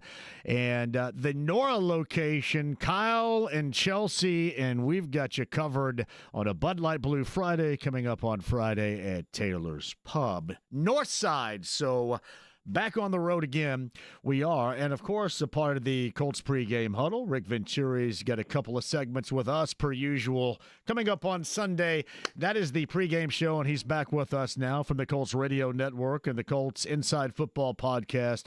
The state of the Colts going into week number 1 here in 2025. Rick rejoins us. I do have a question for you on our text line at 317-239-1070. Will the Colts be better defending the run this season, Rick? We talked a little bit about that. It was more about, the impact that Leatu should have and how that helps the secondary. We like a great deal. But what about this team against the run? Yeah, I think they'll be better against the run. I mean, Lou played more what I call 46 or bare front in preseason than we have in the last 6 years. I mean, he's going to mix it up. I think when Grover and Buckner are in there, Quiddy, Lewis, it's very difficult to run against that group. I think our linebackers are sufficient. The biggest concern I have, and they'll have to prove it to me, is our backup defensive tackles were really a liability a year ago. When Buckner and Grover went out of the game, we couldn't stop a nosebleed running wise. So, we've got Gallimore, we got Johnson, we got some guys, Addy, but they haven't been that run stopper. So I'm a little bit worried about depth, but I'm confident that we will play a lot of different looks. We'll pressure the edges. We're going to jump in a lot of bear defense. So I think tactically we'll help ourselves, and of course, the more that Buckner and Grover can play, the better we'll be. I mentioned this before the break and kind of teased it. Let's go to the offensive line. A couple of new faces and guys that have been around here forever are now gone. How does that look and size up this line going into 2025? Well, I think the left side is really borders on elite. I think with Nelson and Ryman, you're in really, really good shape. I mean, I think you can hammer to your left when in doubt, set the formation to the right, reset it, pound the left with those two guys. I think Ryman is really good space left tackle on the protection on the blind side. I think you're solid there. Braden coming back helps at right tackle. I think the biggest key, and I'm not sure it's a talent issue, but Gonzalez and Bortolini, the biggest issue with them is going to be inexperience playing together. If you notice, the Colts played Gonzalez the third game because I think they think he needed more. I worry more about stunning. If I'm a defensive coordinator, I'm going to set up my defense to stunt those two guys and pressure those two guys and make them make a lot of adjustments. And I'm talking about physical adjustments, not mental adjustments. Because, you only get good at that stuff. It's like basketball, whether you go over a pick or you switch it, you only do it by really practicing it over and over and doing it live. So, that's a little concern. I really have warmed up to Travis, our draft pick, as the swing tackle. He's, I think, better than advertised. I think he could actually push Braden Smith. And if worse comes to worse, if we struggle inside, I think we could always put him at right tackle and kick Braden down. I think the best depth piece inside is Dalton, is Tucker. I think he's by far the one. I think he's first among equals in there. You're always going to worry about depth if you get too banged up. But again, I think the biggest key is Gonzalez and Bortolini on those third and longs, specialized situations where team brings some exotic looks. Speaking of exotic looks, a lot has been mentioned as far as their first-round pick, Tyler Warren, is concerned, just from the tight end angle and then the multiple uses you think that he may undergo in this offense this season. Well, like I said, I very seldom at this stage say that, a guy is better than advertised. And, I mean, he's a game changer. He, along with Jonathan Taylor, really and truly are game changers on this team. And what he gives us is, a terrific three-down football player with great versatility. In other words, if we get in two tight ends on first down with him and Mo Alley on the other side, you have Mo Alley, who's very solid and can block the edge and gives you a run blocker and a possession receiver. And then on the other side, you've got a run blocker who, in Warren. So, if a team, they've got to respect the run. So normally you've got to leave your base defense in there. But Warren is the kind of guy that you can split. He's a hybrid type of, you can move him out to the slot.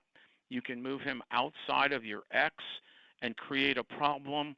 And so, with that formation, those two tight ends and two wideouts, you can create havoc for the defensive coordinator. I mean, if with those two guys, it's hard to play nickel, and yet you can create a matchup with Warren all over the place. So, big plus with Warren. He's one of those few guys, like I said, early in his career, he's come to expectations and beyond. All right, Anthony Richardson, besides backup quarterback, any anticipated role on this team for him besides that? Well, if it was my team, it definitely would have a role.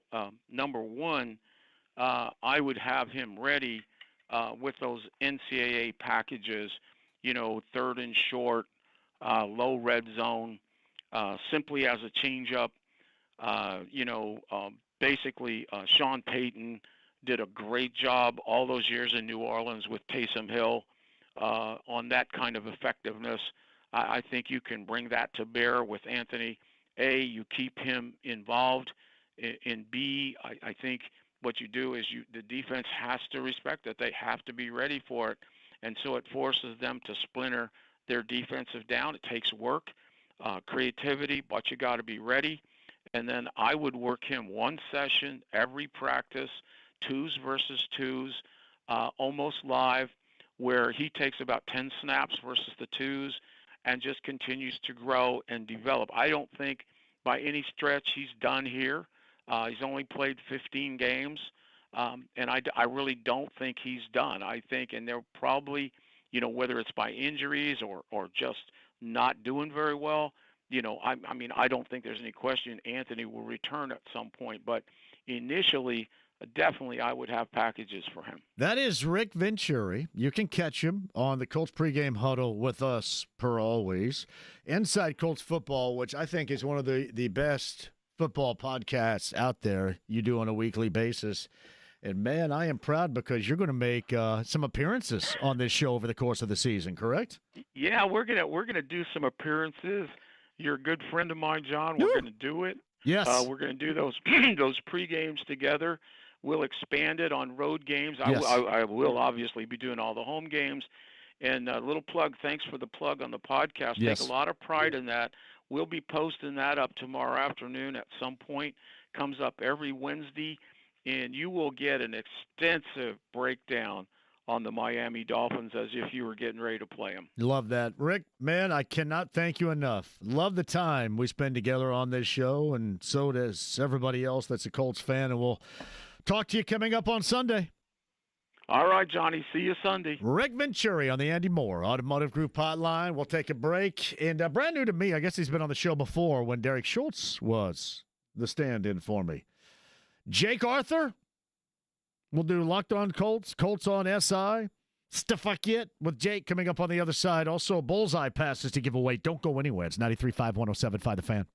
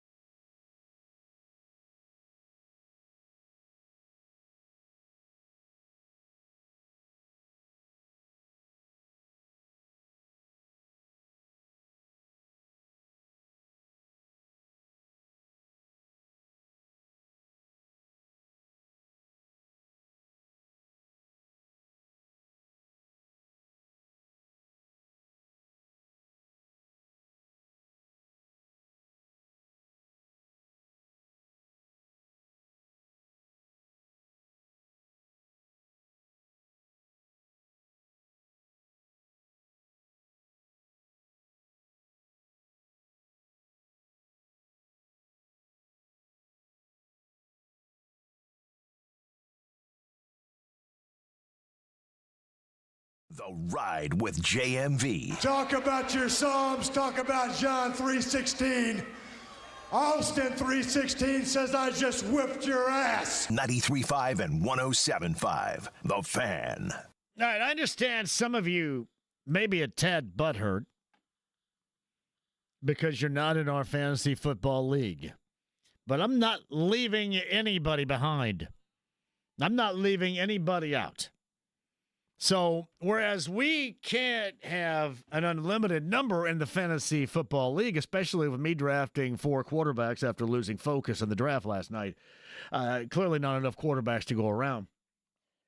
So, we have added the Pigskin Pick'em. The Ride with JMV 2025 you can find via ESPN Fantasy, or I have sent this back out via X, so has James. So sign up, and much like the league itself, it is winner take all. Now, some of you have said, well, wait a minute, what happened to the bar restock? Come on. Who do you guys think you're listening to here? You know exactly what you're going to get, but you know that I've had people become a pain in my rear end about how I mention it. So I've adjusted my wording to make it sound okay, to make it sound better. See, I would like to just say, you know what? Winner take all, somebody's going to win a bunch of liquor, but I can't do it that way. They don't want me to say it that way. So the sample package, at least until this point, until, again, that changes dramatically, which it probably will because somebody's always writing stuff down. Some dork somewhere will be. A sampler package. But you know how we do it here. My advice is to sign up. And again, the Ride with JMV 2025. And also, I got to give a shout to my man Smitty, who I called Chad for a number of pickup game sessions. Smitty's Barbershop on the south side. I've got a couple of gift cards. Going to get your hair trimmed up nicely like I'm going to do. And we'll add some more stuff as we move along, too. This is not going to be the end of it. We always end up adding more stuff. So the Ride with JMV 2025, you can find it on ESPN. Or you can just simply follow my or James, our lead, on X, on Facebook. I'm assuming if it's on Facebook, it's on Instagram. And sign up. It is winner take all, but that's something that absolutely everybody can do. Check it out right now and get yourself signed up. You will have, I guess, unless you want to start from behind, officially until Thursday to get that going, because Thursday, of course, Cowboys and Eagles at 8:20. That will start the season. Friday, you're talking about Sao Paulo, Brazil for the Chiefs and the Chargers for whatever reason. What is that on YouTube? So how many different ways do I have to jack around to find all these games this year? There's going to be a few. You're going to need a few streaming service subscriptions. I mentioned this in terms of this show and our content. I want there to be like a universal button. That's really what AM used to be here before we sold it so Pat Walsh could water ski behind another yacht. But no, I want there to be a universal button that you hit, right? So everybody can just get it. Because not everybody's going to be that savvy or not everybody has it. So I don't want everybody to be all over the map trying to find things, especially our content, because people will go away because of that. Mm-hmm. It is on YouTube, by the way, on Friday. Jeez. So you have to have YouTube TV for it? I'm not sure if it is just YouTube TV or if it's just available for everybody. I would assume you'd have to have the YouTube Premium or YouTube whatever. Jeez. Yeah, if it's just like Fox and CBS or ESPN or NBC, yeah, but YouTube and Amazon and Hulu Tube and Amazon. Come on now. Peacock. NBC and Peacock. So at least you have NBC in the opener, right? You don't just get peacocked like we do with the Big Ten. Yeah. All right. Netflixed. When's Netflix happen? Wait till the NBA starts. It's going to be all over the ice when the NBA starts. Got to have a universal. We want a universal button, like you want a universal remote. You want to jack around 19 different remote. You want a universal remote. Mm-hmm. All right, Andy Moore, Automotive Group Hotline. First time with me on this show. I think he was on with Derek Schultz before. You may know his work from Locked On Colts. You may know his work from, I think, WTHR.com, SI as well. Jake Arthur joins us, talk a little Colts. Jake, you want to join in my conversation about a universal button? We need one, don't we, brother? Come on. You know, they've really come full circle and just reinvented cable, which, you know, I don't think that's what we're all looking for, especially when each of them costs $10 to $20. It's really bitten us. Remember when they said, we're going to save so much money by cutting the cord, and now the cord cutters are as screwed as I am with how much I pay. And I pay a ridiculous amount. And I've said this before, Jay, I need somebody to, like, whip my ass for as much as I pay. It's just ridiculous. But it seems like everybody's, like, back in the same pool now. Are they not? Totally agree. I do not even want to consider how many of these services I have or how much I pay. That's not my business. You know, if I'm going to watch them, it's just not my business. All right, this is your business covering the Colts. I buried the lead a little bit with Rick Venturi a little bit earlier about the whole quarterback competition, the 1 and the 2 on the depth chart right here.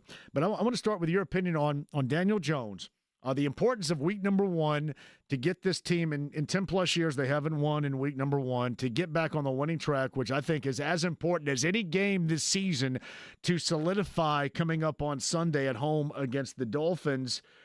What does he lead you to believe that things can change from what we've witnessed over the past 10-plus years in that win column? What does he bring that Richardson doesn't and what others haven't, you think, at the quarterback position in the past in week 1? Well, I do think this is a pretty winnable matchup. Miami's defense was honestly pretty good last year. You know, they got their new defensive coordinator who's able to move things around quite a bit and confuse the quarterback, which obviously that probably suits Jones a little bit better just because he's been there, done that, and seen a little bit more. But it's really about Shane Steichen, I think. Like, I almost feel like he just took any identifiers off of an individual quarterback and just went with, who can I count on to execute my offense and my scheme week to week the best? With Miami, honestly, it probably would have been a better matchup to have Anthony out there just because they do have a good pass rush. And so you're going to need the guy who evades that a little better. And with their secondary as banged up as it's been, like even more so than the Colts, you know, you probably are going to give up a couple more of those big plays. But with that said, you know, Shane's obviously had weeks and weeks now to prepare for Miami. So, you know, you got your shiny new toys in Tyler Warren. You know, you've got a relatively healthy Josh Downs. Those guys can create yards after the catch.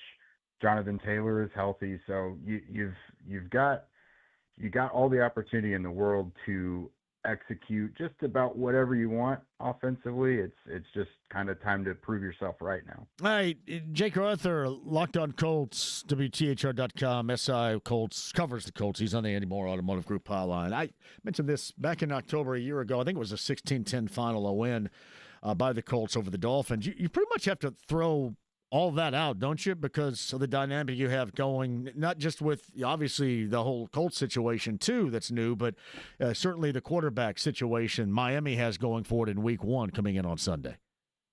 Yeah, everything is just so totally different. Miami is like night and day when Tua's out there versus when he's not. I don't know why and why they don't put any resources into a backup quarterback ever up until now. But then for the Colts defense as well, like Lou Anarumo is much, much different from Gus Bradley. Now the Colts defense was able to have some success because they were going up against, you know, Snoop Huntley, and I can't even remember the other quarterback's name, but they were going up against, you know, some footnotes basically.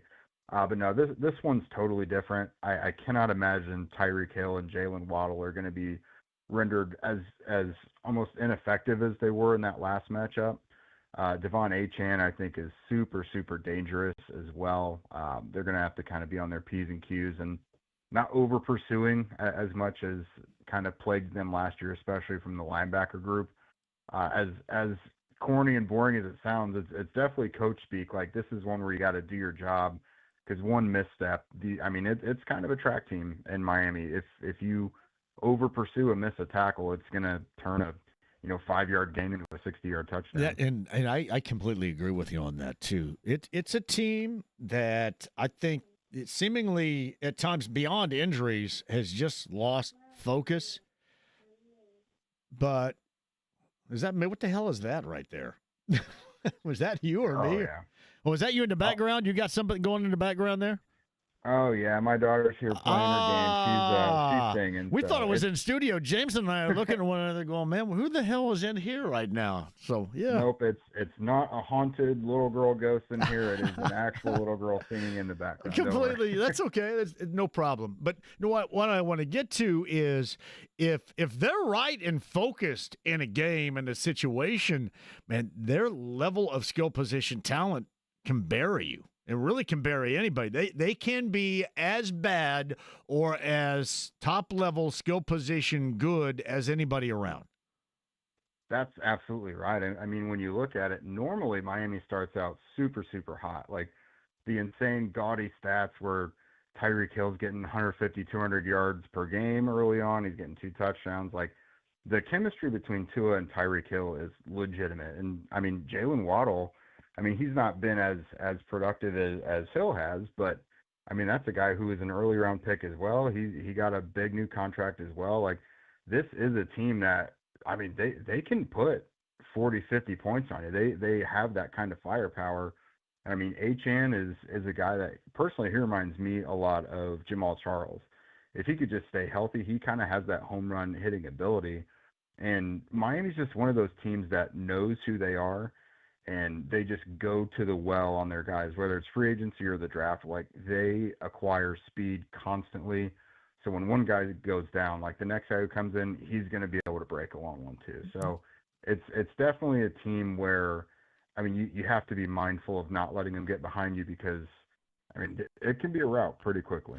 So Jake Arthur joins us talking Colts on the Andy Moore Automotive Group hotline. Andrew Catalan later on this week of CBS. He's the unofficial national voice of the Colts on TV. Andrew joins us coming up on Thursday when we're live at Joe's Grill in Castleton for our Larceny Bourbon Locks and Luna Azul Tequila Shots week number 1 performance. Brent Holverson and I again coming up on Thursday. Defensively, go up front and in the back end, and I guess we'll start in the secondary because it is dramatically different for the Dolphins there than what it was for a variety of reasons a year ago. Yeah, absolutely. The saving grace for them is they do have Minkah Fitzpatrick now as a result of that Jalen Ramsey trade. He's honestly not coming off the best season of his career last year, but at the end of the day, like he is one of those guys that's super smart. He's kind of a quarterback of the defense kind of a guy. But you go through the rest of their lineup, and it's like, man, Juju Brents might be playing snaps for them. Rasul Douglas, who they got just before Juju Brents, might be playing snaps for them. Like they've got a group that is definitely in flux. And I've got to think if Daniel Jones can't kind of take advantage of that, then we got to start being a little more weary back there. But for them, it's very, very dependent on their front seven being effective and getting to the quarterback because they've definitely got some guys like Chop Robinson had a really good rookie year. Zach Seiler is one of the best, interior defenders in the league. Bradley Chubb, when he's healthy, is good. Jalen Phillips, when he's healthy, is good. So if they could just counter that pass rush and not let them, just totally dictate the game and they can get to the secondary, then the Colts should be able to make some plays there. All right, Jake, Colts defensively, and there's been a dramatic turn there too. I've been asked this a number of times. I've passed this along to the listeners. I've given my opinion. While I love what they've done in the secondary, and I think that can have consistent positive impact, I think it still does start in the evolution, positively speaking, with results that in year 2, Leatu Latu off the edge consistently, hopefully can give them something they just haven't had in years here. Yeah, I think everything they have and haven't done this offseason is very telling that they're going to be very dependent on Latu. They replaced Iowa Dangbo with JT Tuimoloau, who, you kind of can't have a ton of expectations there. I mean, he's going to be like your fifth defensive end or so. Samson Ebukam is 30 years old, coming off the Achilles. So, Kwity Paye is really like a 7-8 sack guy. So you look at it and it's like, all right, Latu, it's your chance to be that guy. And I think they're very confident that can happen. I mean, Lou Anarumo even said today that they think Latu is going to have a hell of a season. I mean, they're just kind of looking at him to finish some of those plays and sacks. He got into the backfield quite a bit last year, but, we saw him slide off the quarterback a lot or, just not necessarily finish those plays. He knows that. He said he took steps in the offseason to kind of identify those issues.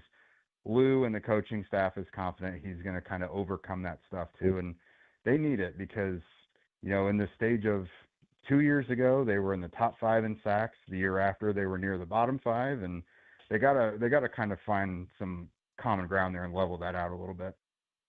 It's Jake Arthur on the Andy Moore Automotive Group hotline. I know the Vegas over-under is set at 7.5. What's your prediction for this Colts team throughout the season? And then we'll play off of your prediction with playing time at quarterback. Is Daniel Jones going to be the answer, or maybe the answer to the question as a starter later on in the season, Anthony Richardson? We'll start there.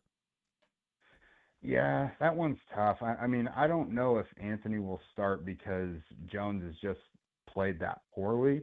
I think he would have to do really, really poorly in order for them to bite the bullet and make yet another switch at quarterback like we saw last year a couple times. I will say, though, I mean, Jones is a guy that doesn't necessarily have a clean bill of health in his career either. DL a couple years ago, he's had the neck. So that's a guy who's kind of struggled with his own injury issues. I could obviously see Anthony coming in because of that. But as far as like that win total, I kind of see them anywhere from, 7 and 10 to 10 and 7, I think is a fair range for them. I've seen some kind of national prognosticators say they'll be as poor as 4 and 13 or whatever, which I think that's way off base. Like, they can't be that bad. Their roster is pretty good. It just needs to avoid the quarterback position being a disaster. Obviously 2 years ago with Gardner Minshew, they were knocking on the door of the division, and last year they were pretty competitive if you don't get disastrous quarterback play for a lot of the season. So I think if Jones can just bring them some sort of baseline of just average quarterback play, I think they'll be fine. They should be competing for a playoff spot. So who do you think wins the AFC South this year? That's a tough one. God, I guess I want to say that Week 18 should be super meaningful, as in does it have to for be the division? Do the Colts have to win the South for the first time since 2014 to be in the postseason this year? Is that how it's going to play out? Yeah, I mean, the wild card spot's going to be a pretty tough one, I think. Like, there's some divisions out there that are stacked with talent. But, I mean, I do think the Colts should very much be in it with the Texans. I'm very skeptical of Houston's offensive line. They poured a lot of resources into, weapons for Stroud, but the guy's got to get protected. I mean, we saw that derail a lot of things for them over the last year or so. So, for the Colts, I would like to think the quarterback position isn't going to be as much of a detriment as it was the year before, which to me should make Week 18 against the Texans kind of a playoff, or kind of a de facto playoff game again, where it's win and you're in, or not and you go home. So what's the line here for everybody to have a gig next year, for example, especially the top two in this case, the general manager, the head coach? What's the line? Yeah, that's a tough one. At first I said they didn't necessarily have to make the playoffs as long as like vibes were looking good and you could hang your hat on the quarterback position and everything, but they've done, like, it feels like everything they've done is with the intention that they're going to be good, and they've shown a lot more urgency than I think they have in years past. So doesn't it kind of feel like they've been given an ultimatum is what you're saying here, right? Like they've been given an ultimatum, you do this or else kind of deal. Yeah, I mean, I don't know if it's been strictly like that, but I think they're wise enough to understand that they probably need to break this 4-year playoff drought, So in the past, if someone got hurt, they'd be like, okay, well, let's see what our depth looks like and give those guys a chance. They've not been doing that. They brought in Xavier Howard, and they've been working out a bunch of linebackers. They brought Anthony Walker back. So there's just so many things they've done where it's like, oh, we're not taking a chance on this. We need a veteran in there who knows what he's doing. So it so much feels like playoffs are bust, doesn't it? There's no question. I just there is. You mentioned like vibes or good feels. Nobody around here is going to buy into that anymore. And I get what you're saying too about it, Jake, because normally I think that would make good sense, especially with a team that hasn't won in a while. But normally those teams that haven't won in a while, you haven't had somebody around here going into year 9 when you haven't won for a while. And yeah. I think that basically everybody gets devoured. And there may not have been a specific ultimatum, but I'd have to think the direction they're going right now has been made perfectly clear. You do this or we wipe the slate. That's just my opinion. I think that's what happens if you don't go to the postseason here.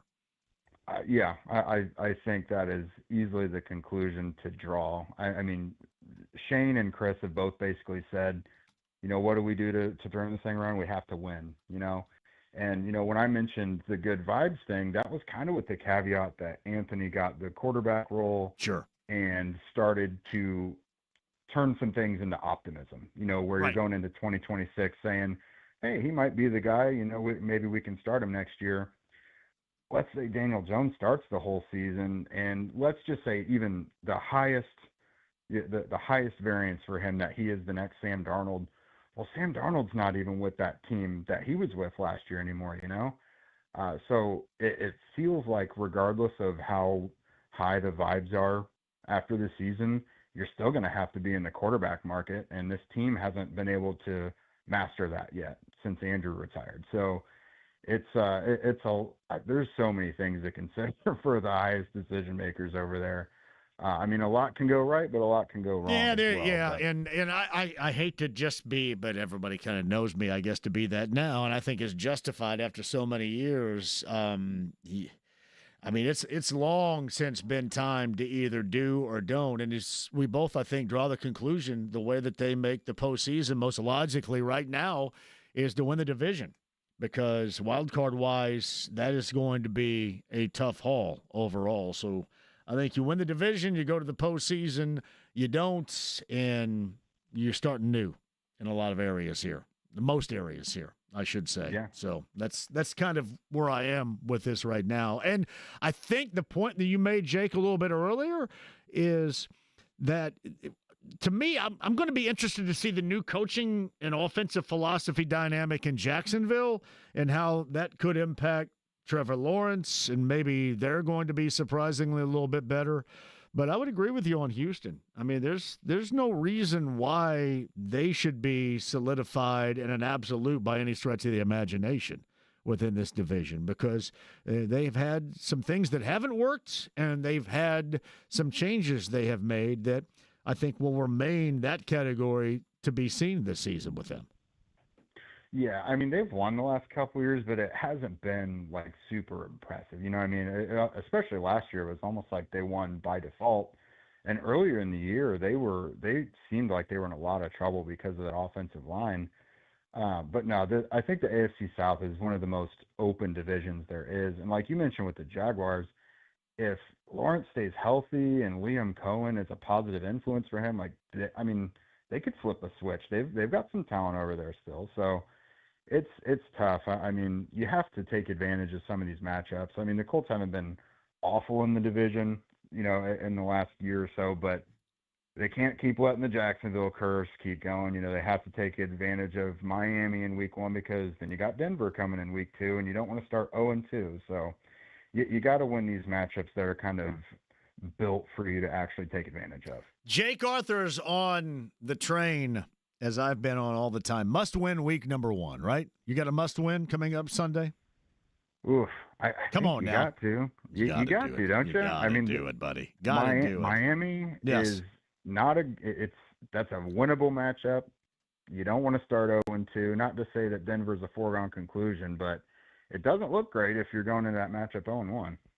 Got that right. All right, Jake, where can everybody find your material, your content, your stuff right now?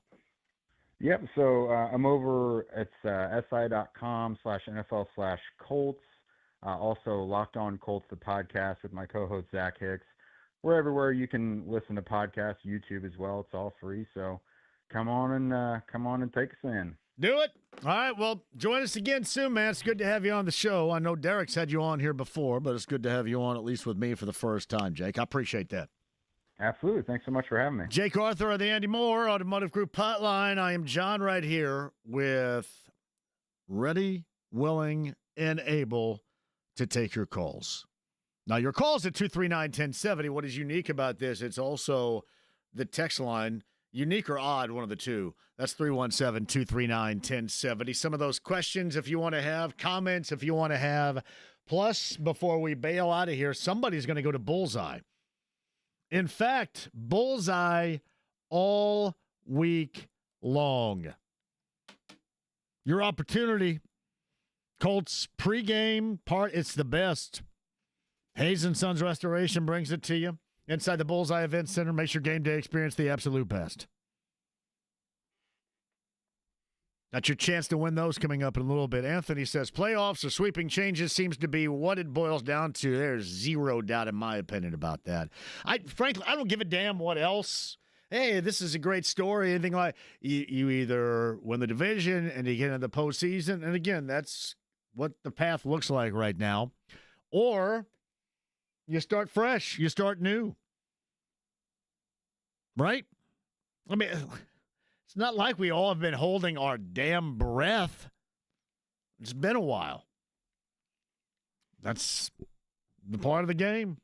I think that's this season in a nutshell. Let us take a break and we'll come back. Your calls, your texts, your emails, why you need to be signing up for our Pigskin Pick'em. All that and more. And a big show coming up tomorrow. I'll explain. Do not go anywhere. The Harris-Hoosier Park Race of the Day also coming up here in a matter of minutes. Somebody's going to get 50 in betting and 50 in dining from Harris-Hoosier Park Racing and Casino in Anderson. The Harris-Hoosier Park Race of the Day is on the way. 93.5 and 107.5 The Fan.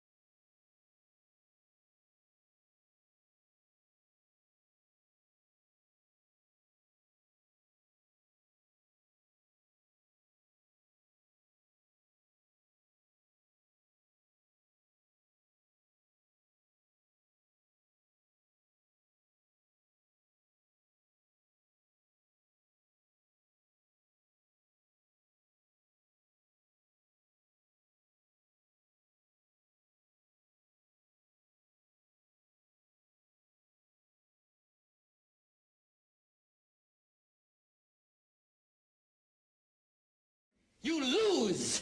Good day, sir. 93.5 and 107.5. The Fan. This Aaron Lewis. Aaron Lewis and Stained. It's been a while for a reason around here, too. 0-10-1, according to Mike Chappell. This is his ex-message. NFL's longest active non-winning streak in openers. This has been an issue, according to Mike, in the Indy area. This is something, if you're a longtime Colts fan, you do know. 13-27-1 in openers since 1984. Only 4 quarterbacks have won a season opener. You ready for this list? Peyton Manning, 9-4. Jim Harbaugh, 2-1. Mark Herman, shout out to Herm, 1-0. Andrew Luck, 1-4. Again, this is info with Mike Chappell of CBS 4 and Fox 59. And one of the franchise's biggest PR blunders was releasing Herman the day after a 14-3 win over the Browns in 1992. I love Mark Herman. Daniel Jones is the next in line, an 11-year winless streak. What were you doing 11 years ago, James? That's the last time the Colts won an opener. You were doing what 11 years ago? 11 years ago, I was starting college. 11 years ago. I can tell you this, I weighed a hell of a lot more. Unbeknownst to me, I thought I was just fine. Man, 11 years ago. Shout out to Mike for that, too. That's a hell of a tweet, I should say. X message right there. JMV, let's call it what it is. Crap. Get off the pot. PG version. Colts, indeed. JMV, playoffs or bust for Ballard. I listen, I think it's going to be basically for everybody right here. That's my guess. JMV, Colts will start 0-1, lose in Jacksonville, and win 8 to 9 games until we see otherwise. It's easy money. You're a friendly neighborhood Colts fan. JMV quote of the day, you don't get peacocked like the Big Ten. Oh, hell, I love it. Thank you. Peacocked. Mike is in Brooklyn, New York to start this week on a Tuesday. Mike, what are we thinking week number 1 of the NFL season of the Colts on Sunday, brother? Yeah, JMP, listen, that whole thing you said, that's kind of an ouch moment there. But I remember exactly what I was doing 11 years ago. I was watching that game, and the Colts had to eke out a victory with the Raiders' Terrell Pryor at quarterback. So even that one was the result was in. We would take an eking doubt. right now. I think everybody would take an eking type of performance for the Colts in any form or fashion, wouldn't they? Oh, yes, absolutely, absolutely. And listening to, you did a great job there with Rick Venturi. You know, me, it's, what my heart tells me and what my head tells me are usually two different things, except they're in the Manning area. I'm always going to believe that the Colts are going to go all the way. But when I think about, what my head is telling me, I got to say, I don't think this is a bad roster. I don't think this team is talentless. Except, aside from the if we're going to get quarterback play, I mean, there's talent on this team. So if I'm wrong, some of the things Rick Venturi was talking about are exactly right. I mean, I don't see any major holes on this roster. What say you? I think this now more than ever hinges on the level of quarterback play. Now, I will tell you this, Mike. There are other things that I bring up Latu for a reason, and not to put the whole responsibility of consistent rushing of the quarterback on his shoulders. I mean, it should be for many, but I think that he should be the focus, especially the way the people have talked about him playing in training camp. I think that his play will hinge on how good this defense is going to be, because I really like, at least on paper, what they've done to change this over and what they've done to bring in guys in that secondary. Now, things you can't you can't really do anything about. And the one thing, Mike, we know around here is if it's a team that we follow around here, their ass is going to get injured and probably get injured heavily. So, hopefully maybe that will back off from this team once, in a long time in which it hasn't, or your favorite team around here where it's taken place. But we know that to occur. But I just think that it hinges on solid quarterback play. I'm not suggesting entirely mistake-free, but as mistake-free as we've seen it in a while, just consistent play. And really, it's what Shane Steichen has talked about in the reason behind selecting Daniel Jones.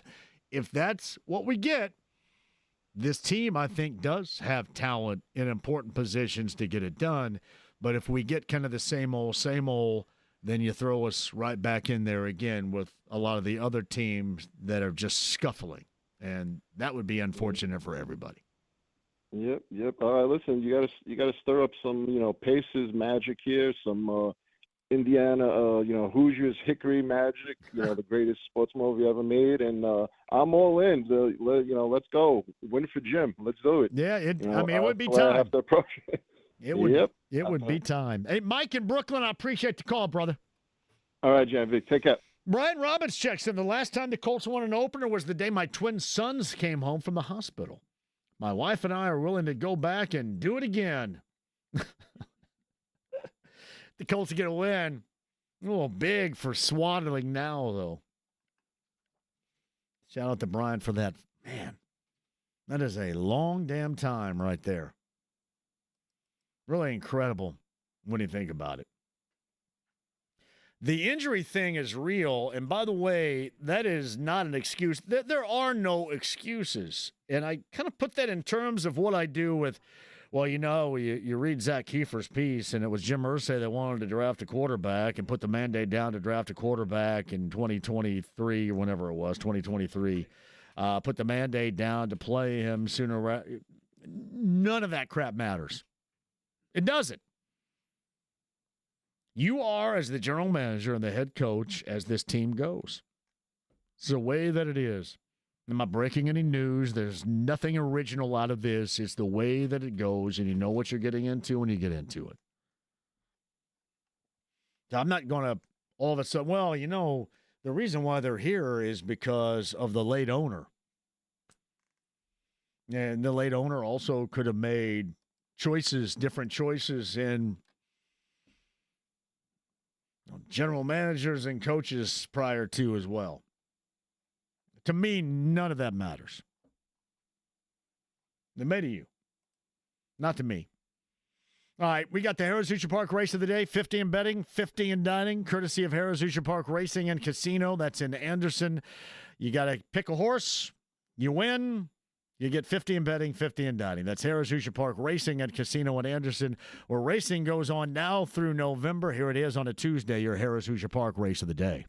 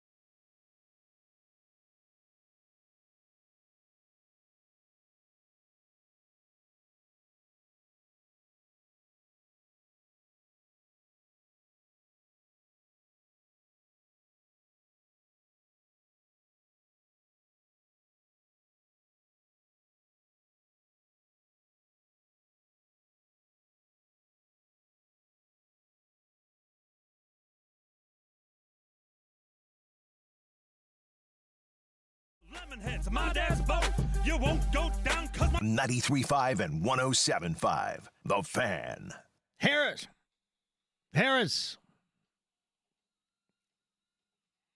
Hoosier Park race of the day. The lovely and talented Jennifer Land, whom you also know as Gritty. Odds on Mr. Mamba paid $3.60 on a $2 bet. The $2 exact, the $9.60, the 50-cent trifecta, $4.60 Gritty gets 50 in betting, 50 in dining, courtesy of Harrah's Hoosier Park Racing and Casino in Anderson. Racing going on now through November. That is your Harrah's Hoosier Park race of the day. We do it Tuesday through Friday right here. You pick a horse as we send it out before the start of the show. And you know the drill by now. And you can win the Harrah's Hoosier Park race of the day. Now that we know, and we'll do it again tomorrow. We know that. We know Thursday on the road at Joe's Grill. Larceny Bourbon Locks, Luna Azul Tequila Shots, week number 1. Friday, Bud Light Blue Friday. Dolphins Colts tickets to give away. Taylor's Pub in Nora. We know that to be true. I mean, we're starting this season with a bang. The one thing I cannot recollect, and the reason why I bring this up, Sunday, sunny and a high of 72. The roof shall be open. We don't need, well, forget it. The roof shall be open. Now, what was my bet with Mike Chappell? Because I remember I made a bet where I said I would mow his yard, I believe, if the roof wasn't open 4 times before Halloween. I believe I said that. That does sound familiar. Now, I don't know what he owes me. Maybe I just made a stupid bet and he doesn't owe me anything. And I can tell you this, I don't really want to mow his yard too much. I will if necessary. If I lose, I guess. I believe that was the bet, right? So you get Miami and you get Denver in the first 2 weeks. It's like Miami. I mean, 72, there's no. You can't even complain if you're in the Bud Light zone there about being in the sun too much, because that's normally the complaint. That's why I always hated it. I mean, you're damned if you do and you're damned if you don't. And then they put the Colts home sideline directly in the sun, which was a miscalculation. Oh, yeah, you didn't put any drains down there, which was a miscalculation. And then sometimes the roof just hasn't worked in general. So I'm assuming the roof to be open Sunday. So I've got 3 more times. I have a Denver opportunity. That's late in the afternoon, a week from Sunday. I like that. Late afternoon. I don't know. I haven't looked at the extended forecast. But you know this to be true. All of a sudden, if we go back into a, what we normally get kind of really hot, because they want to be comfortable. Late afternoon, early evening can be comfortable with the roof open. The sun's not going to jack around with you. And then what other opportunities do I have? Ooh, Vegas, October the 5th. And then Arizona, the 12th. And that final opportunity is Tennessee, the 26th. I've got a running chance at this, I believe. Looking at the extended forecast, and obviously this could change, but the Denver game, it's looking like a sunny day with 79 degrees. I'm telling you. Late afternoon, too. Yeah. I've got a chance at this bad boy, don't I? I believe. These forecasts can be right. If you did get it right, and they did have the roof open 4 times before October, would that be the most they've had it open in a couple of years? Or? I've not kept a running total, and I think we all should have, as much as the complaints have been lobbed in for this. But I don't know. Can anybody with the Colts tell me? Anybody down there keeping track? Or do you only keep track when it's not open and it's a sunny day? I want to say I said 4 times was the bet. How about this weekend? Saturday, partly sunny, 71. What? Sunday, sunny, 72. We have a high of 69 on Thursday, man. Who gave us this mid to late October weather right here? It's going to get a little bit chilly during the evening hours on some of these days. It will. All right, listen, shrinkage with this weekend was real, Paradise Day Watson, because it is a little bit chilly. We gave the best effort, got it up to around 80. But the overnight temps, you know this to be true, will bring down the pool temperature big time. Had a great weekend, by the way, too. Thanks to everybody, Mystic Waters Campground and Brent and Lisa, everybody up there, Kyle with Taylor's Pub, Richard and Jeff with Ford's Garage. Just a spectacular weekend. All of our friends of the show, Kennedy Isabella from Promotions up there on Saturday night with the JMV Takeover. Cam, the engineer, up there with us. Dan Pantos was live in studio here. And everybody that listened, whether it was this show or the JMV Takeover, just a great weekend at Mystic Waters Campground up in Pendleton. And we've got a lot more for you coming up Thursday and Friday. Thursday, as I mentioned, Joe's Grill, Larceny Bourbon Locks, Luna Azul Tequila Shots, week number 1. Brent, Nally, I'm assuming Miller, and I all together in Castleton at Joe's Grill on Thursday. And then Taylor's Pub on a Bud Light Blue Friday. We have Dolphins and Colts tickets for you. I mentioned this early on the show. So many people have said, hey, can we go ahead and fire up once again what we used to do in kind of the draw out of the box thing, where you can announce the names live? I believe we are going to do that. Maybe not for every pick, but we're going to do it at least once because people want to hear their names old school wise, and I'm down with it. So that's exactly what we're going to do. And that is coming up on Friday, Taylor's Pub in Nora.